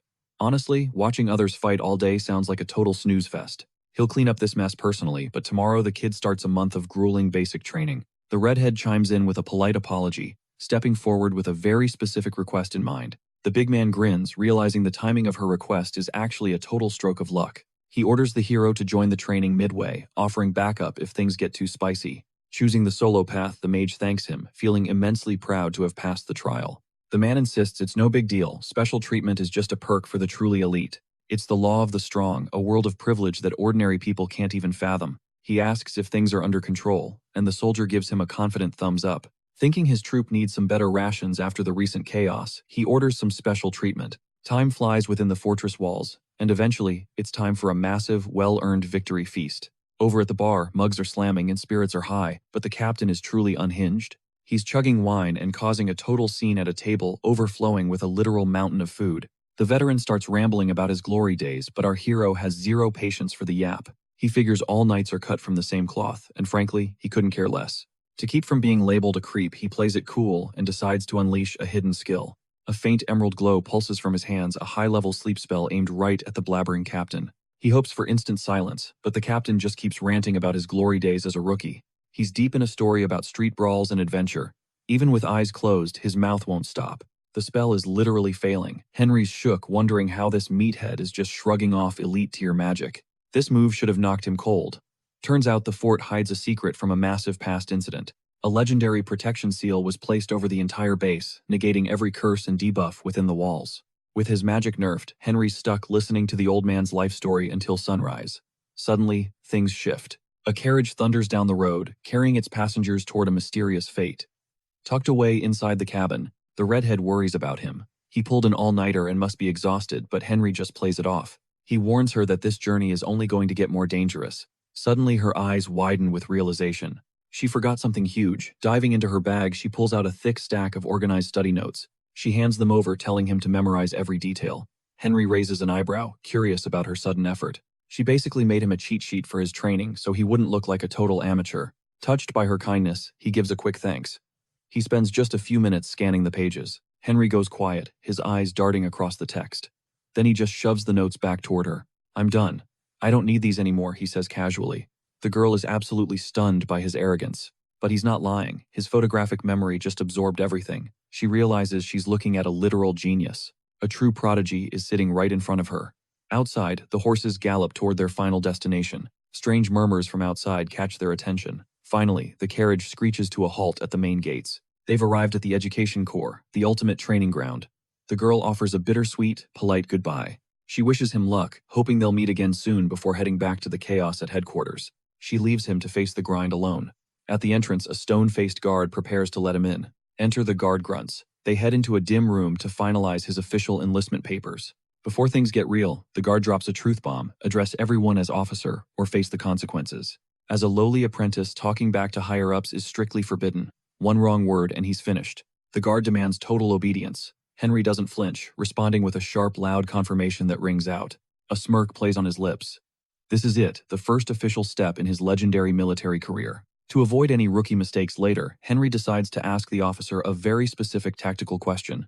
He needs clarification now. He missed the entire first week of training while traveling to the fort. Missing a week is a death sentence here. Every single week ends with a brutal high-stakes evaluation. Fail the weekly exam and you're out. Henry's curious what exactly happens to the losers who can't pass. Apparently, failing is rare because the entrance bar is so high. But the tension is still very real. Seeing an opening to skip the boring stuff, Henry boldly asks to take the test right now. The officer thinks he's trolling. Take the exam now. Henry reveals he was personally trained by the commander. He wants to prove he's already elite. The officer is stunned. This kid is either a god or insane. Private training from the captain, that's unheard of. The officer finally relents, giving Henry his one shot. Fine, but be warned. If you fail after talking this big, the punishment will be absolutely devastating. Henry just nods, unfazed by the threat. He's already confident he's going to crush this entire exam. Annoyed by his main character vibe, the officer decides to make the test 10 times harder than usual. The clock starts now. Henry scans the paper, facing questions designed to break even the best recruits. He has to solve everything in record time. To make it impossible, the officer imposes a lethal deadline. Start. The officer slams a heavy hourglass on the desk, the sand beginning its deadly countdown. The pressure is insane, but Henry has a secret weapon memories and tactical knowledge from his past life. This era focuses on logic, not just facts. Henry begins shredding the exam with cold surgical precision. The guard hovers like a hawk, scanning for any foul play. But long before the timer even hits its midpoint, our main character signals the officer, dropping a total bombshell. He's already finished the test. Shattering the academy's records, the stunned officer sputters, unable to believe the kid is actually done. It seems impossible. The hourglass still holds over half its sand. Despite the sheer absurdity of the speedrun, the bald proctor begins grading with a stoic, silent focus. His red ink dances across the parchment, slashing through answers with surgical precision. When he stops, a wave of shock hits the room. A perfect score. It's a miracle that leaves the officer completely speechless. He praises the boy for claiming the throne at the top. It's a massive relief. Starting tomorrow, the real grind begins with martial arts. For now, he's got a free pass to chill. With his path clear, he heads out to keep chasing his destiny. The officer watches him go, finally impressed. Now it's clear why the commander took him under his wing. A flawless victory on a high-stakes exam. Without even realizing it, Henry's name was catching fire across the entire academy and beyond. Time skips forward. We find our young adventurer rocking a fresh new look, ditching his old gear. Now a cadet in official standard uniform, his supervisor calls him to the center stage for a formal intro. Time to break the ice. He keeps it short and sweet, greeting the crowd with cool confidence. The cadets erupt in cheers. But the trainer isn't here to play. It's time for some brutal combat. He calls his star pupil forward. No mercy on day one. It's time to redline his limits. This is a true trial by fire, a duel to the death, or at least until someone's eating dirt. The atmosphere turns electric as the first challenger steps up, a jacked blonde powerhouse ready to brawl. The air thickens. Our hero drops into a low combat stance, matching his opponent's aggressive energy. The blonde tank circles like a hungry predator fishing for a lethal opening. Then out of nowhere, something glitches. A bizarre sensation catches the main character off guard, exposing a massive weakness. His arm begins to warp and grow, a terrifying anomaly. He panics for a split second, then spots it. His opponent's footwork is total trash. He's wide open. Just like that, his arm snaps back to normal. Holding his ground, the hero prepares to punish. Eager for blood, the blonde meathead lunges in. He winds up a haymaker, but he's walked straight into a trap. Our hero teleports out of the way. A massive fist grazes his cheek, a feint designed to shatter his nerves. But it's a total dud. The hero slides underneath the follow-up, his mind racing through the enemy's logic. No time to breathe. The fighter doubles down, charging in with a strike meant to end it all. Channeling every ounce of his training, the protagonist loads a counterpunch with explosive god-tier speed. Boom! He buries his fist right into the guy's jaw, delivering a devastating, soul-shaking impact. The force is pure insanity, rattling the guy's brain and launching him backward like a ragdoll. Game over. The challenger faceplants into the dirt, securing a dominant win for our hero. A total walkover. The entire class watches in stunned silence as the dust settles. Even the guards are reeling. Nobody expected a high-tier cadet to get folded that fast. In the crowd, a rich-looking elitist fumes, his face twisting with pure, unadulterated envy. The rumors fly instantly. How did this nobody just smoke a top-tier combatant? Turns out he just demolished the third-ranked brawler among 20 elite soldiers. The trainer narrows his eyes, analyzing the boy's frame, searching for the source of that raw power. It wasn't just luck. It was a perfect blend of high-level strategy and a surgical knockout blow. The veteran instructor is baffled. Who is this rookie, and how is his skill ceiling this high? Recognizing a diamond in the rough, the coach calls out the next sacrificial lamb to the arena. Another win, and he hasn't even broken a sweat. They're throwing the whole roster at him now. Only the heavy hitters remain. After a marathon of battles, he wonders who's left to challenge him. That's 9 bodies down. This power is intoxicating, and Hector is proving to be a legendary mentor, a total monster. He'd hoped his savage combat style would dominate the arena, but his initial gambit completely failed. The elite student Ronan is summoned forward. Tension spikes as a high-stakes clash is finally about to ignite. It is the blonde hater from earlier flex-testing his massive physique for the entire crowd to witness.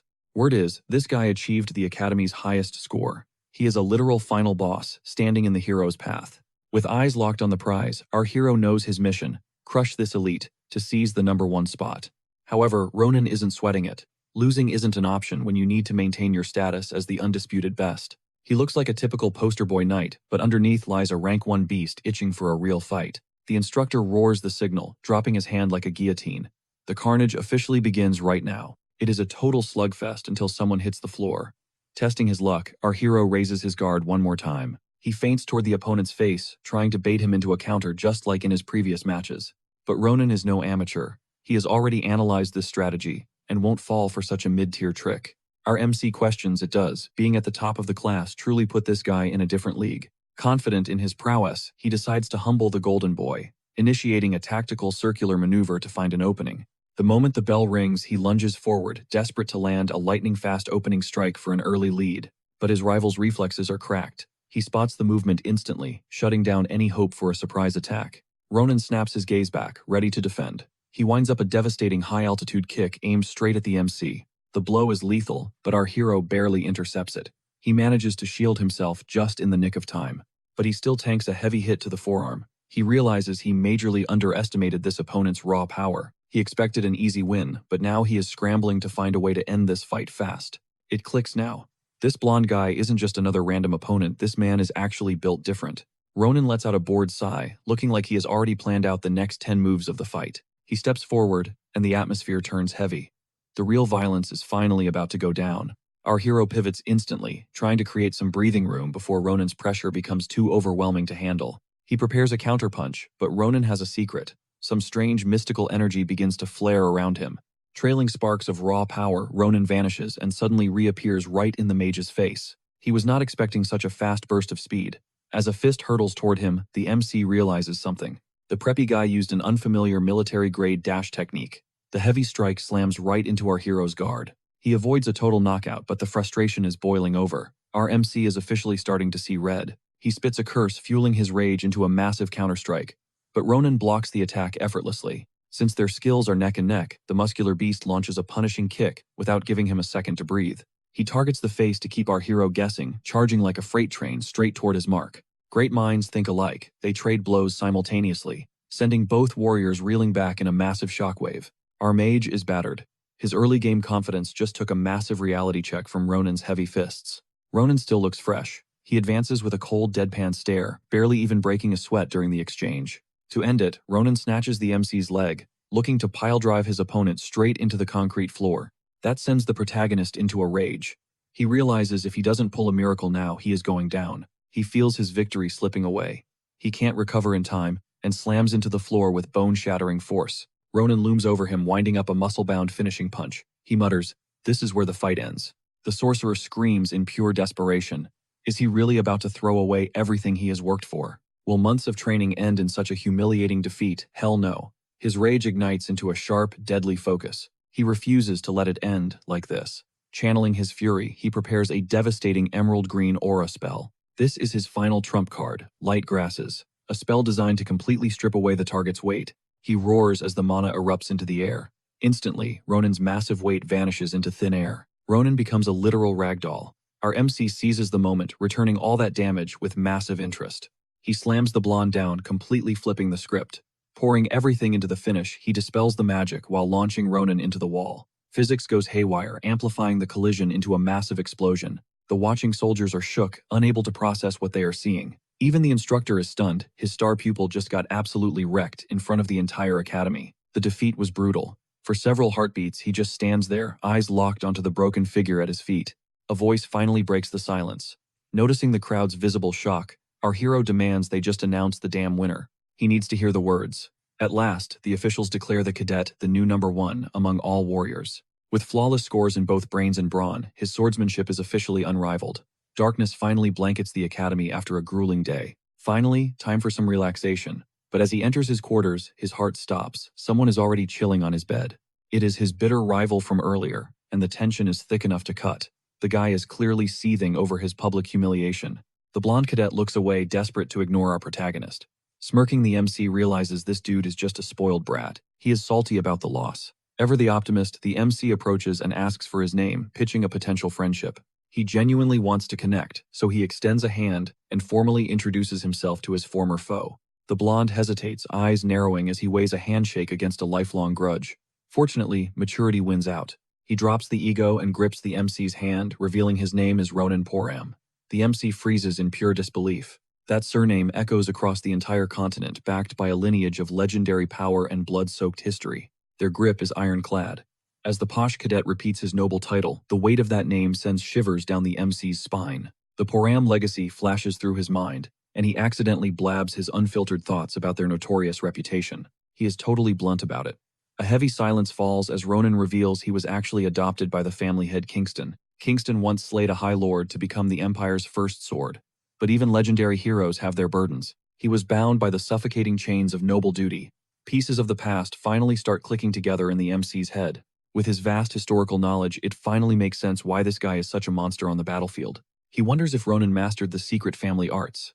Ronan counters, baffled by the MC's bizarre, never-before-seen close-range combat style. Cornered about his origins, the MC blurts out his name with a grin that is just a little too bright. It is totally performative.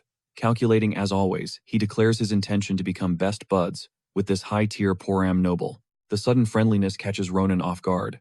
Our MC just figures honesty is the best policy in the heat of the moment. They both burst into laughter at the sheer absurdity of the situation. The night melts away in a blur of conversation. Bonding over academy life, their rivalry evolves into a genuine friendship.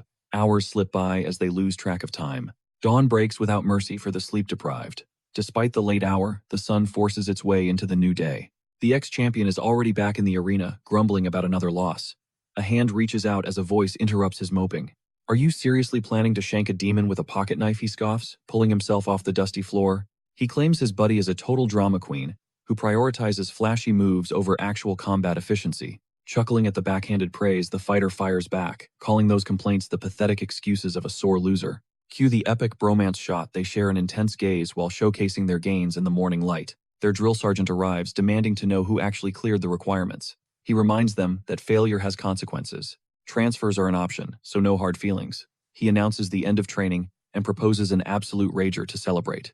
We are talking endless meat and booze. With the semester officially dead and buried, the soldiers explode into a wild celebration. Relaxation is finally on the menu. But as our duo heads out, something strange catches the MC's sharp gaze. He squinted to get a better look. Suddenly, an officer approaches, claiming he has urgent news that cannot wait a second. Turns out, the guard commander is personally summoning him. The timing is beyond suspicious and completely unexpected. Led away from the arena, he spots a familiar carriage and his fiery red-headed companion, waiting right beside it. She is ready to roll. After a quick brief, they do not dawdle and hop inside to start their journey home. They hit the road immediately. As they travel, she asks for the tea on his intense weeks of academy training. Grinning ear to ear, he reflects on the killer training and thanks her for making the whole experience possible. He actually had a blast. The commander is definitely going to vibe with that positive feedback from his star recruit. She shuts down any ego trips immediately. This summons is not just because he is a teacher's pet, there is more to it. Anxiety starts to creep in. He wonders why the hell he is being called in at such a random, awkward hour. Usually the top dog gets a celebratory nod, but the boss is unusually hyped about the MC's specific victory. Suddenly, panic hits him hard. A forbidden piece of world lore flashes in his mind, and he cannot ignore it. She drops a massive leak, the commander's granting a wish to the class MVP. That news hits him like a flashbang, and his brain starts cooking up legendary ideas. Finally, the carriage pulls up and they steady the horses to hit the exact mark. As he hops out, she tosses a good luck his way, while he thanks Tien for the assist. She promises to wait, telling him to ping a guard if things ever go south. All this yapping is a total brain rot for our MC and his 0-second attention span. He asks for a TL, DR, but she just giggles and refuses to repeat a single word. "You'll see soon enough, don't sweat it," she chirps before heading to her destination. Feeling the mystery, he finally locks eyes with his commander to get some real answers. Clad in a robe and already pounding drinks, the captain's shocked his pupil arrived so fast. Stepping deeper inside, the hero's jaw drops at the graveyard of empty bottles on the floor. While they talk shop about the semester, the table groans under a massive, mouth-watering feast. His mentor didn't know his cravings, so he whipped up a bit of everything to celebrate. He asks what the class ace wants as a prize, since he's officially granting wishes. Grinning wide now that the rumors are legit, he's ready to milk this for all it's worth. He offers a quick thanks before blabbing his demand like a total spoiled brat. The whole squad crowds the barracks, grabbing their gear to head back home to family. Before the next term kicks off, the duo stands ready with their rugged leather packs. After a long trek to parts unknown, the blonde guy finally hurls his bag to the dirt. He catches his breath after hauling that heavy load, asking where his pal disappeared to. He searched every corner, only to find out the MC spent all night boozing with the boss. It finally confirms the hype about a top-tier reward, but the kid's guess was way off. Word on the street is the captain's already biased toward the MC being the GOAT. To dodge the hate, he claims it's just tradition, nothing personal between him and the boss. Giving him a major side-eye, he tells the warrior to quit cap and tell the truth. Convinced they did more than just drink, he yanks a sleek sword from his pack. He brags about scoring this epic loot, a game-changing asset for his future fights. This blade requires a spiritual soul, which absolutely sends the blonde guy into a total panic. He never expected a spirit sword to appear as we flash back to the captain last night. The mentor really did hand it over, watching his student's eyes light up as he grabbed the hilt. He wonders if the kid is overwhelmed by the feast, then explains the blade's true nature. Sanctified by high priests, it's the ultimate weapon for slaying high-level beasts and monsters. Unsheathing it reveals a stunning purple hilt, paired with a masterfully forged blade. The elite student spots the ancient runes etched into the metal, granting it insane magical buffs. Flaunting a smug grin as the top dog, he asks if his friend is salty yet. He snaps back instantly since it's a mid-question he's clearly green with envy. But he shakes it off, deciding there's no use craving someone else's loot when he'll find better. Switching gears, he asks which unit his bestie got assigned to, hoping they'll be squad mates. Turns out, the boy got slotted into the infantry, a solid launchpad for any rising star.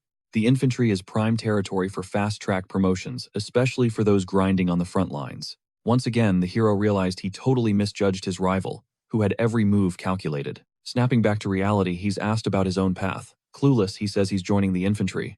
The name of this independent company rings a bell for the knight, who recalls its dark past. He remembers getting so hammered he watched his own captain pass out and drool like a baby. He orders the guard to summon Tien for a meetup, then studies a map filled with complex intel. With only 1 year left to claim the top spot, one slip-up could cost him everything. One mistake could send him spiraling to the bottom. Suddenly, a familiar redhead interrupts his thoughts. He starts by apologizing for the late-night call, knowing she was likely already winding down for bed. She brushes it off, impressed by how tactfully he kept their secret rendezvous completely under the radar. Her kindness makes him pause. He wonders if she's being genuine or just following orders from superiors. Is this a mission or true friendship? Eager to peek into his future, she asks about his unit. He's looking for a place with zero interference, a perfect environment to adapt and sharpen his skills. An independent infantry unit or a detached company seems like his best bet for staying off the grid. With her deep military insight, she smiles, already knowing exactly where his path is leading him. She teases him first, asking for his preference just to see if they're vibing on the same wavelength. Showing her tactical side, she begins crossing out potential units that wouldn't fit his ultimate goals. Every choice is a calculated step toward his looming revenge. These independent units offer the real action. She points to the special forces, then stops. Does he even realize what these elite units actually do? He knows the basics they handle. The deadliest high-stakes missions that no one else can survive. She knows this mage won't flinch. With a cold, calculated stare, he admits that danger doesn't faze him. He's ready to dance with death if it means securing the fast-track promotion he desperately needs. Entering an independent company is a nightmare.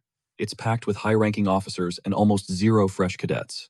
That power imbalance is a ticking time bomb that needs a clever fix before things get ugly. Suddenly, a spark ignites in Sting's mind as she hatches a brilliant plan to flip the script. She gestures toward a secluded Special Forces unit, suggesting it's the perfect playground for someone like him. Since this unit reports directly to the Great Commander, our hero will be right in the action. Operating under that man's shadow is a golden ticket. He grins, thanking her for this massive chance. By dawn, he finishes detailing his plan to his friend, finally putting the secret strategy to rest. After a long, convincing talk, their carriage rattles to a halt, ready to whisk them toward their fates. The blonde guy heads out first, chasing a better future. But before he leaves, our hero jokes. With a playful smirk, he tells him not to go meeting God too early. Dark humor at its finest. He warns his friend to stay sharp, knowing their next reunion is anything but guaranteed. The mage watches the carriage disappear. Suddenly, a strange voice shatters the silence behind him. A creepy bald man looms by a nearby carriage, his unsettling gaze fixed right on our main character. Stepping forward, the boy formally introduces himself to the man who turns out to be his new driver. This driver looks totally fed up, clearly annoyed that his new passenger has been lagging behind. The man's lack of discipline leaves him speechless, but his excitement quickly returns as they set off. This is a major leap toward greatness. Word is a lieutenant position has just opened up. Only the absolute cream of the crop make it there, and they aren't exactly welcoming to cadets. If he pushes his limits, he might stand a chance. Still, his friend's brutal honesty lingers. Her intel was cold and harsh. After a grueling journey, he finally stands before the military camp. Known as Caliburn Needle, he meets the commander, ready to prove he belongs in the front lines. He quickly realizes the commander is a legendary former top cadet, a man destined for captaincy. Playing it cool, he lies and claims his glowing reports were just exaggerations from over-eager instructors. He insists he isn't nearly talented enough to be ranked #1 above all the other elites. It's all part of his master plan, but the commander seems skeptical of this sudden humility. Despite what his papers say, this hardened squad isn't about to welcome a newbie with open arms. He barks that this isn't a game. If the boy doesn't shape up, he'll be kicked out. The commander sternly orders him to his quarters, but when he steps inside, his jaw hits the floor. The room is a chaotic mountain of crates, a brutal company tradition he'll have to clean to survive. He's claiming the decrepit repair shop as his own base, but first, he must overhaul this chaotic mess. He's got until sunset to finish a nearly impossible deadline. Without waiting for a single word of protest, he takes off, wishing the mage luck while privately mocking his chances. A quick scan of the disaster area reveals his superior is nothing but a massive overgrown child. Even if he spent 24 hours scrubbing, a mere mortal would never meet that deadline. Fortunately, he's a powerhouse in the mystic arts, and a lethal swordsman. He triggers his skills repeatedly, striking the walls and purging every speck of grime. The ruins begin to glow with a pristine shine. Finally, he launches a massive blue restoration orb to complete the overhaul. He detonates the purification orb, turning the room into a high-end masterpiece. The blinding radiance is so intense that it pierces the walls, illuminating the entire perimeter. The building itself undergoes a radical transformation as the overflow leaks outside. Strands of mana reach the surrounding trees, leaving the entire landscape immaculate. Later on, the captain is busy drilling his troops. Amidst the dust, a scout confirms the safe return of every elite unit, seeking orders to dismiss them. Grinning like he's got a secret, he replies, "Everyone needs to assemble at one specific spot." Between bursts of mocking laughter, he mentions the new lieutenant's arrival, claiming the guy is probably scrubbing floors right now. The mocking crowd marches toward the storehouse, eager to witness the classic hazing of an overconfident rookie. Little do they know, their expectations are about to be shattered. This mage is built different, he never misses his mark. Kicking the door open, he bellows Henry's name, scanning the area to judge the cleaning job. He freezes instantly, looking like he's seen a ghost. Speechless, he stares at the former ruins, which now gleam as if a team of elite architects just finished a masterpiece. Our unbothered adventurer sits calmly, sipping coffee as he welcomes his stunned commander. The commander is reeling, unable to process the sight. In all his years, he's never witnessed such an impossible feat. The place is so immaculate that the walls literally sparkle with a high-class elegance. Recalling his previous life, he notes he's been a soldier longer than this brat has been breathing. He questions the crowd, assuming they're here to admire his work.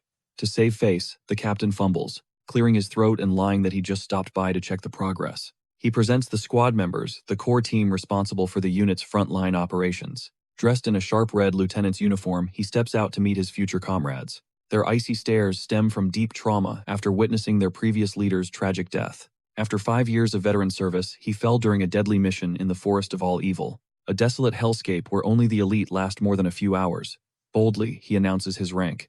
Introducing himself, He makes it clear who's in charge now. Though stunned, the soldiers show grudging respect, remaining silent. They simply resign themselves to this new, unexpected reality. He realizes it'll take serious effort to whip these rebellious troublemakers into shape. But he's up for the challenge. Approaching the first soldier, he demands a name.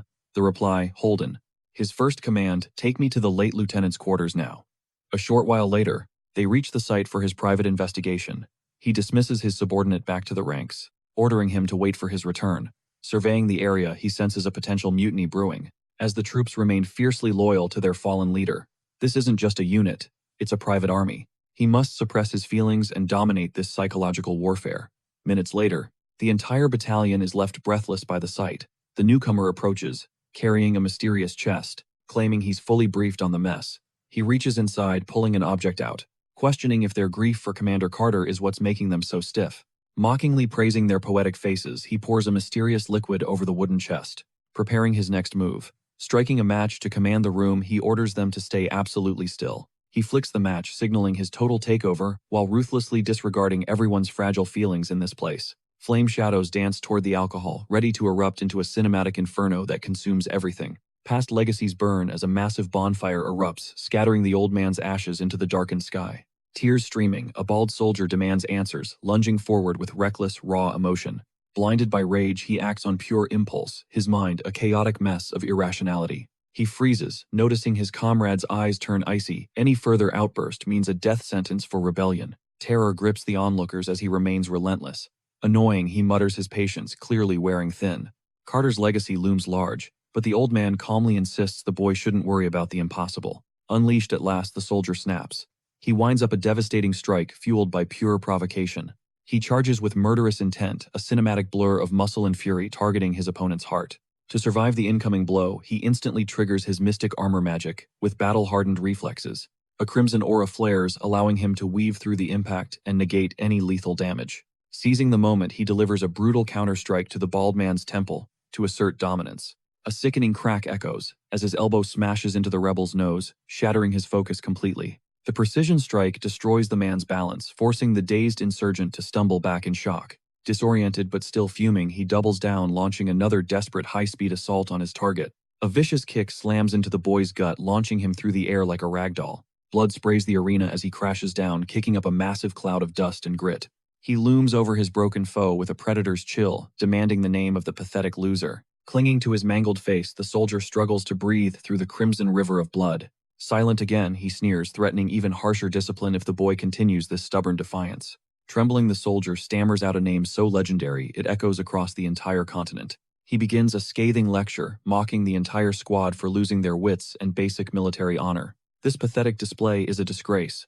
They should be rotting in shame for allowing such chaos. In this sacred land, such treasonous behavior would only make the late Lieutenant Carter weep with disgust. The weight of his words crushes their spirits, forcing the elite warriors to rethink their twisted loyalties. The guard captain dismisses the crowd, his eyes narrowing as he plots his next move in secret.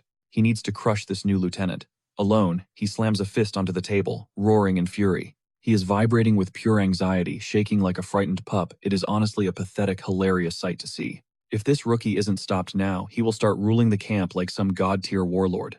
Desperate times call for authoritarian measures. He is forced into a corner with only one dark solution left. The die is cast. Under the cover of night, the barracks glow with a suspicious flickering light. Whispers and sharp noises leak from a secret meeting room, hidden deep within the silent campsite. The commander huddles with his loyalists, his grip on power slipping through his terrified, sweaty fingers. Listen up, he commands, outlining a treacherous plan that will change everything by dawn's light. Morning breaks and the Mage's scheme is in motion. As the young lieutenant steps into the sun, radiating confidence, the boy prepares for another grueling day, unaware of the vipers surrounding him. High-ranking officers convene in a tense briefing to dissect the crumbling state of the Special Forces. Henry stands tall, introducing himself as the battalion's newest lieutenant with an unwavering, icy gaze. Hugo steps up as the personal affairs lead, followed by Vogue, the man controlling supplies and logistics. Being a seasoned veteran, the blonde senior speaks with a casual, almost disrespectful lack of formality. He leans in, questioning if the pathetic rumors are true that the hero cannot even wield basic aura. The atmosphere thickens as he demands the truth about this supposedly legendary new officer's weakness. Our hero admits his lack of aura training, citing a schedule too packed for such basic fundamentals. Laughing hysterically, the senior mocks him with a memory loss joke before his expression turns dangerously sharp. Does this rookie even realize whose turf he's walking on? Despite his skills, he remains eerily composed about what lies ahead. Our main character claims aura mastery will manifest naturally, so there is absolutely no reason to rush the process. That cocky remark triggers every officer present, painting him as nothing but a privileged, overconfident brat in their eyes. Eager to flex their skills, they demand a field strategy test. Yet he boldly claims the most vital factor, for any elite lieutenant, is simply his rank. The only logic remaining is that they are flat-out terrified of his potential. This jab rattles the blonde guy, sending him into a standing rage, barking insults and demanding a duel like a total meathead. He snarls, wondering how long this disrespect will last. He begs his superior for a chance to crush the kid in combat. Fueled by ego, the blonde fighter gathers the entire battalion to witness the absolute beatdown he intends to deliver. The captain senses this arena will expose the ugly side of pride.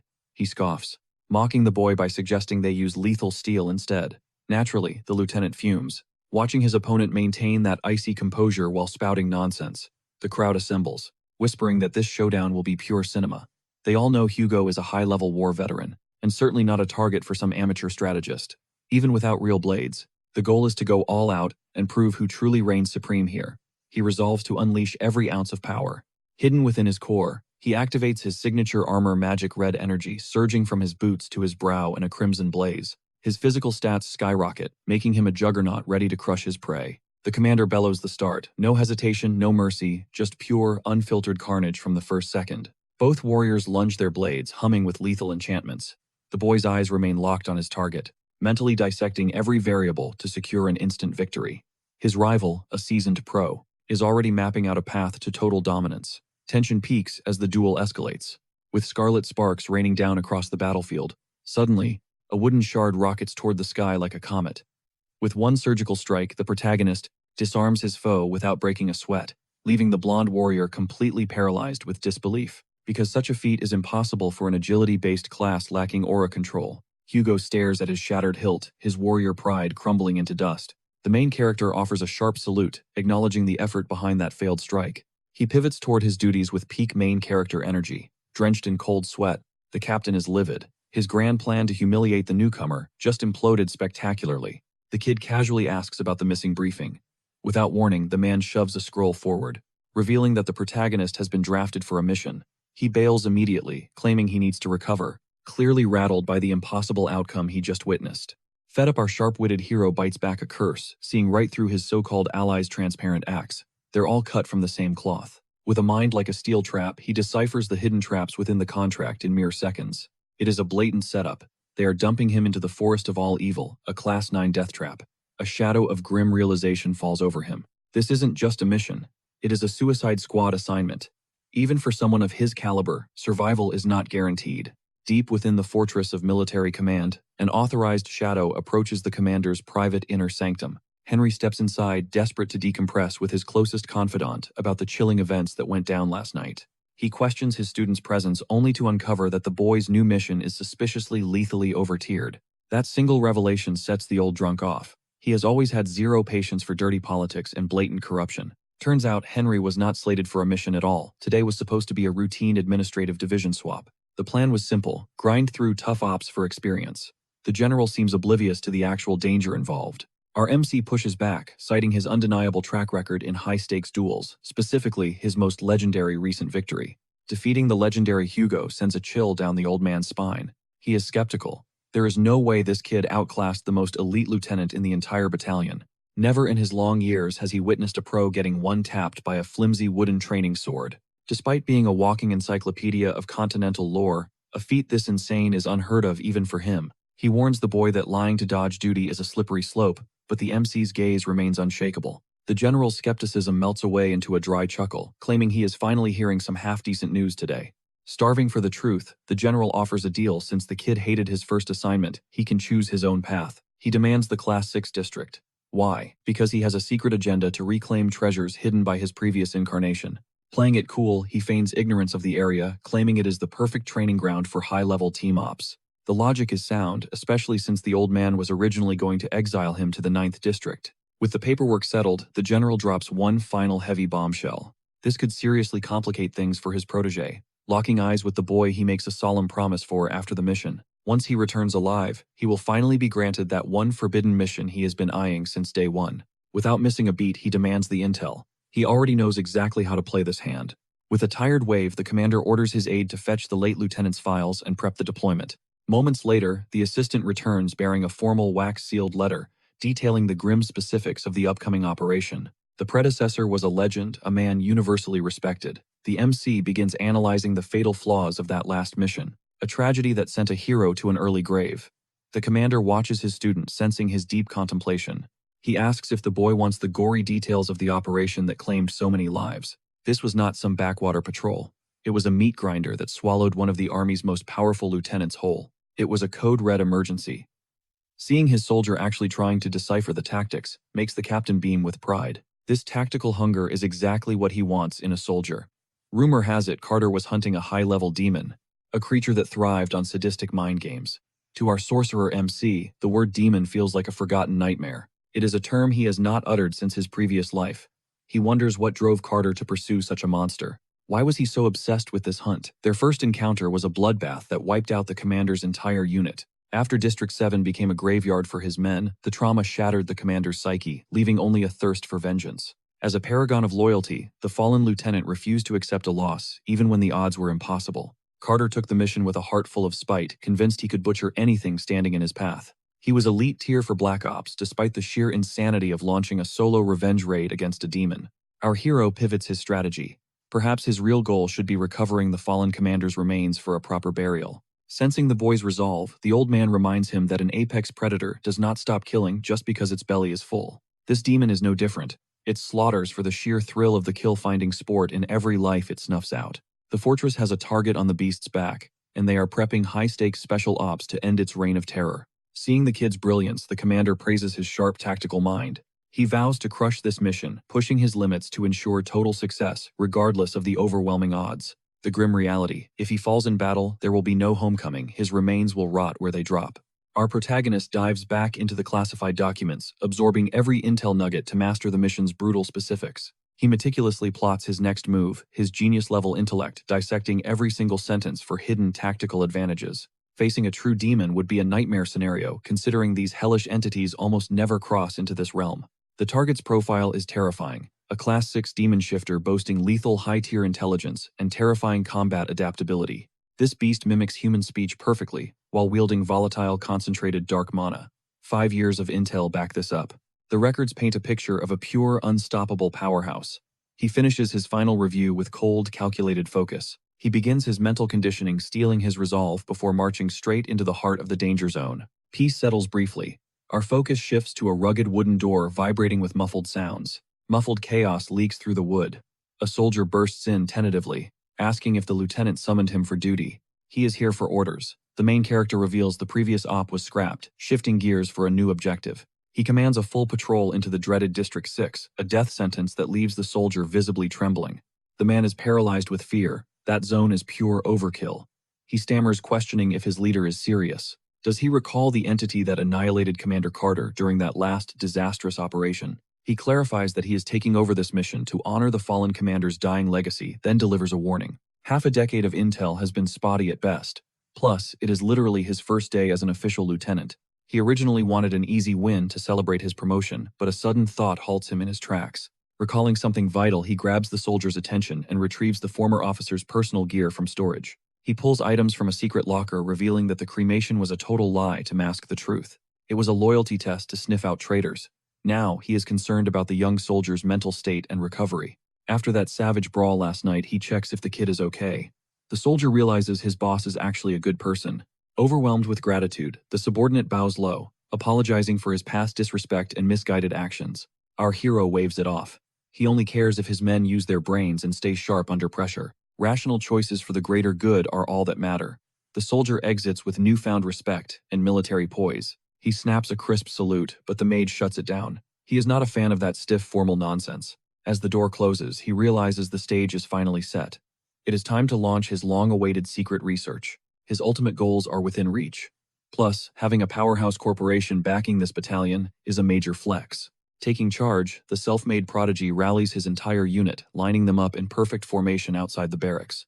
He drops a truth bomb they are deploying on a high-stakes mission where the survival rate is basically zero. Target District 6. The troop roars in unison, their spirits high, and ready to face the coming storm. They know it is a one-way trip, but nobody flinches. Slowly, the massive fortress bridge begins its descent. The path to the forest of all evil lies open. The soldiers stare into the abyss, their resolve hardening. Preparing for a grueling trek through hell, the mage lets out a thunderous war cry to ignite their spirits. Move out, he commands. The bridge continues its slow extension across the treacherous yawning chasm. It spans the entire territory, creating a secure gateway for the battalion to march into the unknown. The air feels heavy.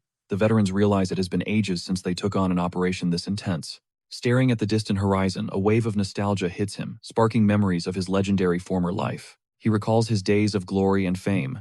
Now he maneuvers like a ghost toward the heart of District 6. As he marches, he begins weaving complex spells, sensing the perfect moment to act. He stealthily casts loneliness in a crowd over his men, shrouding the entire unit in supernatural invisibility. This spell erases their presence from the world. Welcome to the forest of all evil, the continent's deadliest nightmare. It is a hellscape infested with apex predators, where every shadow hides a monster hungry for human flesh. For rookies, it is a graveyard. Yet after minutes of trekking through the brush, not a single beast attacks. A confused warrior whispers, "Is something off?" He cannot fathom how they have stayed off the monster's radar. Not a single slip-up or disaster has occurred despite the odds. Usually they'd be toast by now. Grinning ear to ear, the squad leader tells his buddy the vibes are absolutely immaculate right now. Intuition's screaming success as they touch down in District 6's safe zone deep within the forest of all evil. It hits him his solitude magic was actually putting in work here, and he didn't even realize it. Scanning the ranks, he's stunned, not a single scratch or catastrophe in sight. Everyone's perfectly fine. Pushing the agenda forward, he commands the room's focus. Time for a major status update. The mission is simple: track down that demon, gather intel, and if possible, erase it from existence. 5 years of the lieutenant's painstaking notes, worthless. That massive stack of intel didn't reveal a thing. Their target, a Class 6 demon. It's talkative, unhinged, and completely off the rails. He unfurls the map, declaring their primary objective a high-stakes investigation that could change everything. This is the missing piece. On the parchment lies a sketch of a bizarre, glowing mushroom. These fungi haunt Class 5 districts. To find their prey, they must hunt where cursed energy is low. If a beast ranks below level 6, these rare mushrooms might just sprout in the area. Smirking, our hero makes the call. He's splitting the unit into 2 tactical squads. He'll take the lead on one side while his sharpest sergeant spearheads the other to minimize friction. 6 hours until the rendezvous at the safe zone. He extends a hand clutching a mysterious parchment. He issues a stern warning. The sergeant must carry this. It's a clutch emergency support spell. If things go south, this item broadcasts their location instantly. The commander hands it over with gravity. He claims it's a priceless relic meant only for dire straits, but that's a total cap. Though crafted in haste, it's flawless. The sergeant buys the lie, treating the item like glass. Gripping the paper delicately, he orders the men to split up and form 2 distinct teams. Order is restored as the operation resumes.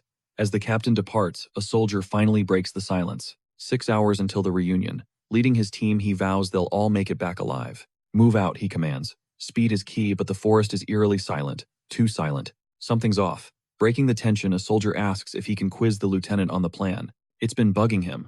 Since the officer's a total rookie, his credibility is definitely on thin ice. He studied the guide on using these mushrooms within the forest of all evil's ancient archives. Yet the math isn't mathing. Why would a high-tier level 6 demon lurk in the lowlands? Decades ago, his past self planted those fungi as sentinels, guarding a legendary hidden horde. Exploiting these elites for his own gains stings his conscience, but the truth must remain buried. Dusk falls across the realm. Meanwhile, the ancient totem stands guard, shielding the safe zone.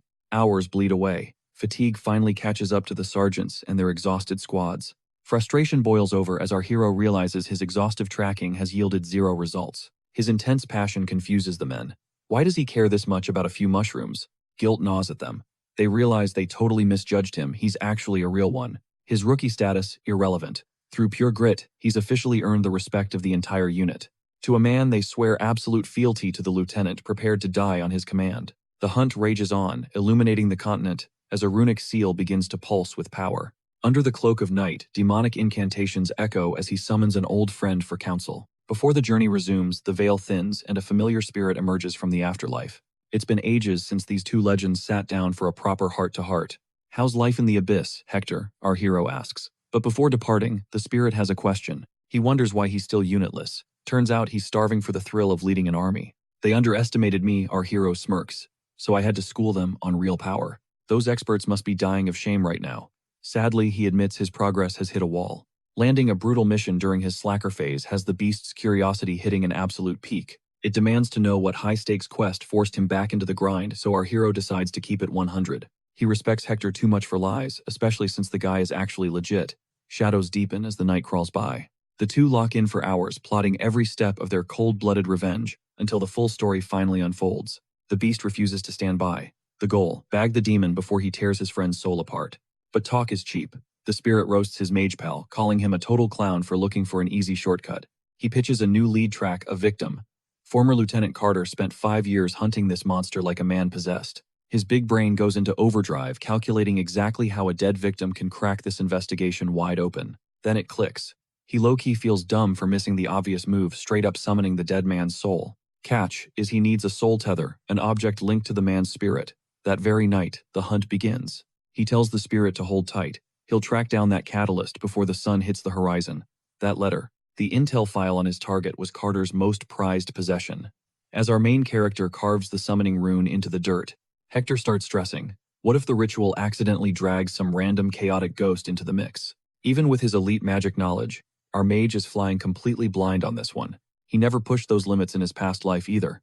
Desperate for answers, he begins chanting forbidden ancient incantations. The ritual drains his mana reserves fast. He taps into every mana circle in his heart to stabilize the spell. Crafting a flawless spell, he roars into the void, commanding Carter's spirit to cross over at last. Silence. He calls out Carter's name again and again, but the abyss refuses to answer. Hope starts to wither when the gate remains chillingly empty. It's possible. His soul is trapped in a deeper hell. The ritual was perfect, so this failure makes zero sense. This absolute failure, despite a perfect execution, is wrecking his head, making him feel like a total loser. Then a wild thought hits him. Maybe no ghost appeared because the lieutenant is somehow still alive. Pivot. He'll summon Carter's fallen squad instead. But snagging personal items from 5-year-old corpses, that's a tall order. Only one place holds the keys to this mystery, the Great Cradle of Heroes. Intel suggests they were laid to rest there, tucked away from the standard veteran tombs after the massacre. He zeroes in on a name, Holterbelt. After a tense search, he uncovers the poor man's final resting place. Clutching the relic, he resets the ritual, meticulously, placing every item to bridge the gap between worlds. He pumps mana into the array, and finally a spark. 2 glowing eyes manifest in the darkness. Holter's spectral form solidifies, sending a chill down the mage's spine as the confused ghost looks around. Henry steps up, introducing himself and laying out the grim reason for this midnight awakening. Learning that the demon snatched, Carter sends Holter into a spectral rage. The lieutenant was a legend to his men. The spirit collapses in tears, crushed by the realization that 5 years of their sacrifice meant nothing. They died fighting a monster that won anyway. Pushing through the grief, Henry asks for a physical description. But there's a twist Henry didn't see coming. This thing doesn't just transform. It's an eldritch parasite. It hijacks bodies, hopping from one soldier to the next, slaughtering them from the inside out. This changes everything. The main character's mind races for a counterstrat before releasing the warrior's soul to heaven. The parasite's endgame, evolving into a true demon by gorging on pure dark energy. It's a literal nightmare scenario, and the clock is ticking. While Holter was paralyzed by pure terror, the demon mocked him, calling his defeat a divine honor. Then it unleashed a sickening wave of dark magic. It forced him into its twisted psyche, infecting him with a bloodthirsty urge to possess and destroy everyone. Only one detail sticks out: a bizarre familiar scent. It smelled exactly like a specific trade partner's deodorant, a brand known across the entire continent. The scent of Febreze. Henry tries to ask for one more favor, but Holter declines. No revenge, just a tearful plea to thank Carter for everything he did for the battalion. As the spirit fades into stardust, the summoned beast quips that he expected a curse, not a scent profile. Now, the hunt leads straight to the captain's room for that deodorant. Just as planned, the redhead arrives, clutching the exact artifact they discussed the previous night. Apologizing for the sudden intrusion, she leans in, whispering a secret request directly into her friend's ear. In exchange for the rare deodorant she found, she demands a date tomorrow, a deal our hero instantly accepts. Back on the gore-stained battlefield, the hero questions his troops about a bottle matching the one he holds. But the soldiers draw a complete blank, making him fear the spirit's intel was nothing but a lie. With no leads and time running out, he realizes standing around is useless and rallies his unit. Move out immediately, he commands, watching as his men disperse to begin their own secret investigations. Weighing his next move, he begins channeling his unique magic, solitude, and crowd over every single soldier. To keep them shielded, he douses himself in perfume before activating a specialized spell called Vapor Skin. This particular magic was originally designed for noble women who wanted their scent to dominate an entire ballroom. The fragrance is potent enough to lure a target from the deepest cavern, leaving the creature totally dazed. Having not smelled it in years, the beast is overwhelmed by a sudden violent surge of pure irritation. A primal roar shatters the cave's silence, sending his allies into a frenzy as they charge toward the woods. As time ticks by with no results, the protagonist realizes he might need a much more enticing bait. Since his options are exhausted for today, he tries one final burst of perfume fueled by his magic. Finally, the air fills with the twisted shrieks of the Taro's vile creatures that are half human, half monster. Suddenly, a devastating bolt of lightning strikes the lieutenant, dealing massive, unexpected damage to his body. Pure terror grips the ranks as they watch one of their strongest warriors collapse into the dirt. With their leader likely dead, a savage army of bullmen emerges from the shadows, hungry for war. "I'm in charge now," the sergeant roars, forcing his boiling mad soldiers to maintain their combat formation. The troops are desperate to avenge their fallen comrade, but the fear of death keeps them grounded. The new leader screams for a full retreat, just as a demonic entity surges onto the battlefield. Leading its bloodthirsty horde, the monster smashes the ground, unleashing a wave of destructive high-level magic. That single strike seals the exit, leaving the soldiers with only two choices: fight or die. Defying the sergeant, the soldiers huddle together, refusing to crawl back to the company in utter disgrace. Without justice for their friend, a brutal war erupts as the soldiers clash head-on with the Terran army. Though the beasts are towering monsters, the soldiers' elite training keeps the bloody struggle surprisingly even. Amidst the chaotic slaughter, the enemy commander locks eyes with our hero and begins his deadly approach. The bald veteran spots the threat instantly, moving to shield the downed lieutenant from a finishing blow. He charges the beast at full speed, but the gap in their power levels is absolutely terrifying. A single hit sends him flying meters away, and the bull monster begins charging another lethal lightning strike. As the soldier prepares to meet his end, a sudden flash of light catches his fading attention. Like a true legend, our hero intervenes, tanking the full impact while parrying with a masterfully timed strike. Using a runic scroll to negate the shock, he pulls his comrade up. "Tell them I'm alive." Hope blazes through the ranks again. With tears of joy, the soldier charges back to his post. Purely livid, our hero glares at the beast. "So you're the one who likes playing with lightning." Losing all reason, the bull screams a deafening roar and stampedes toward him for a quick kill. The duel turns savage, a whirlwind of blades and hooves where neither side can land a decisive blow.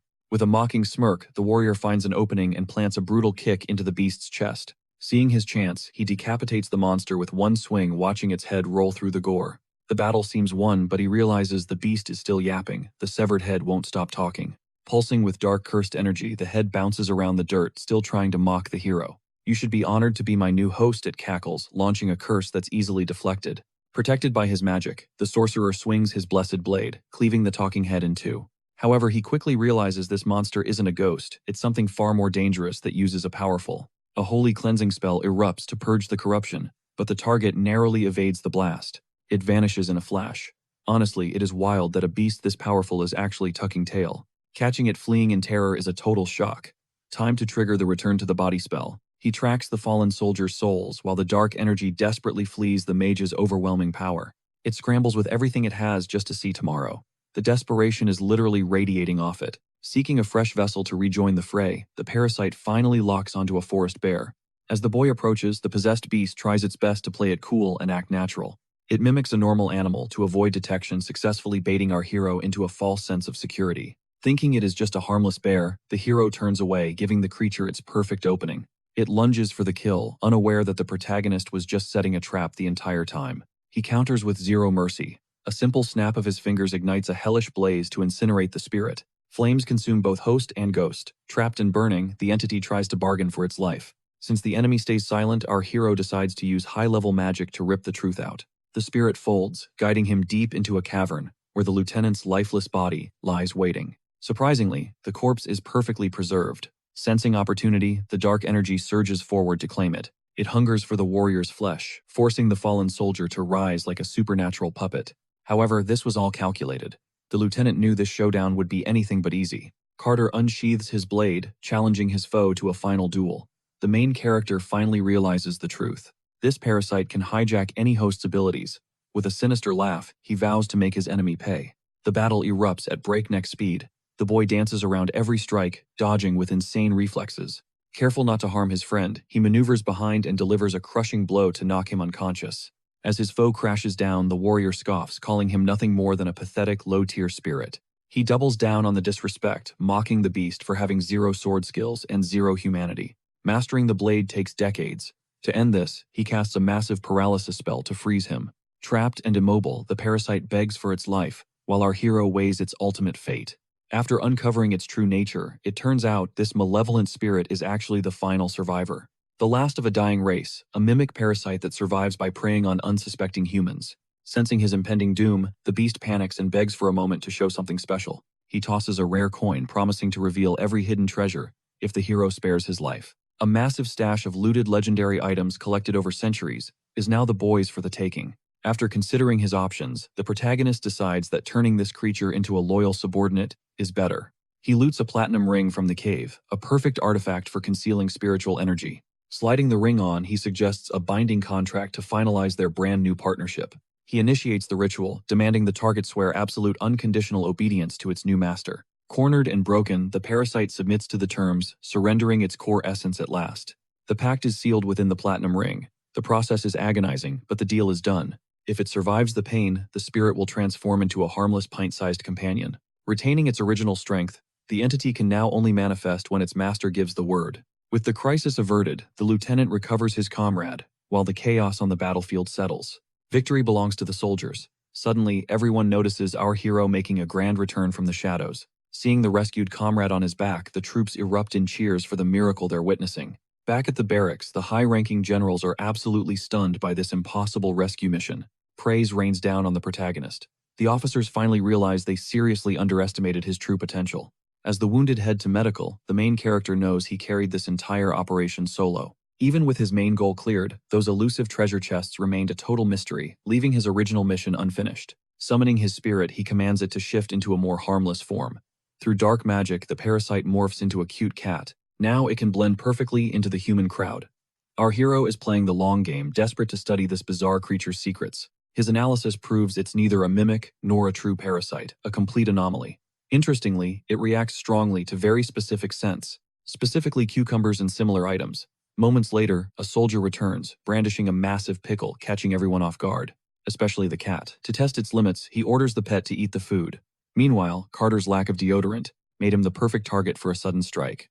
Turns out, this demon was just scouting for its next evolutionary host. Refocused on the riches, he asks his feline companion if it spotted any of those rare mushrooms near the treasure. It's a match. The duo heads out on a stealth mission under the midnight sky. As he begins channeling his mana, he's definitely skeptical about the route, but he's betting everything on the cat's instincts. He activates a high-tier flight spell, soaring high above the fortress's massive defensive walls. From his aerial vantage point, he scans the terrain for those mushrooms and loot. Target acquired. He dives at terminal velocity to reclaim the gold-casting featherfall just seconds before hitting the ground. The spell cancels the impact, leaving him unscathed. Luckily, he spots the hidden location tucked behind a gargantuan tree. Without missing a beat, our hero draws his blade and cleaves the trunk in two. As the timber hits the dirt, he starts to second-guess the location since the area looks barren. But then he notices a thick layer of mushroom spores. Since this spot is thriving with spores, he tasks the cat with sniffing out the exact coordinates of the hidden treasure. Don't let the cute face fool you. This spirit is top tier. It casts a specialized spell to isolate every scent in the area. It easily uncovers a hidden passage, leading straight to the treasure cave. That wraps up today's journey. If you enjoyed it, smash that like button. Catch you guys in the next one. Peace.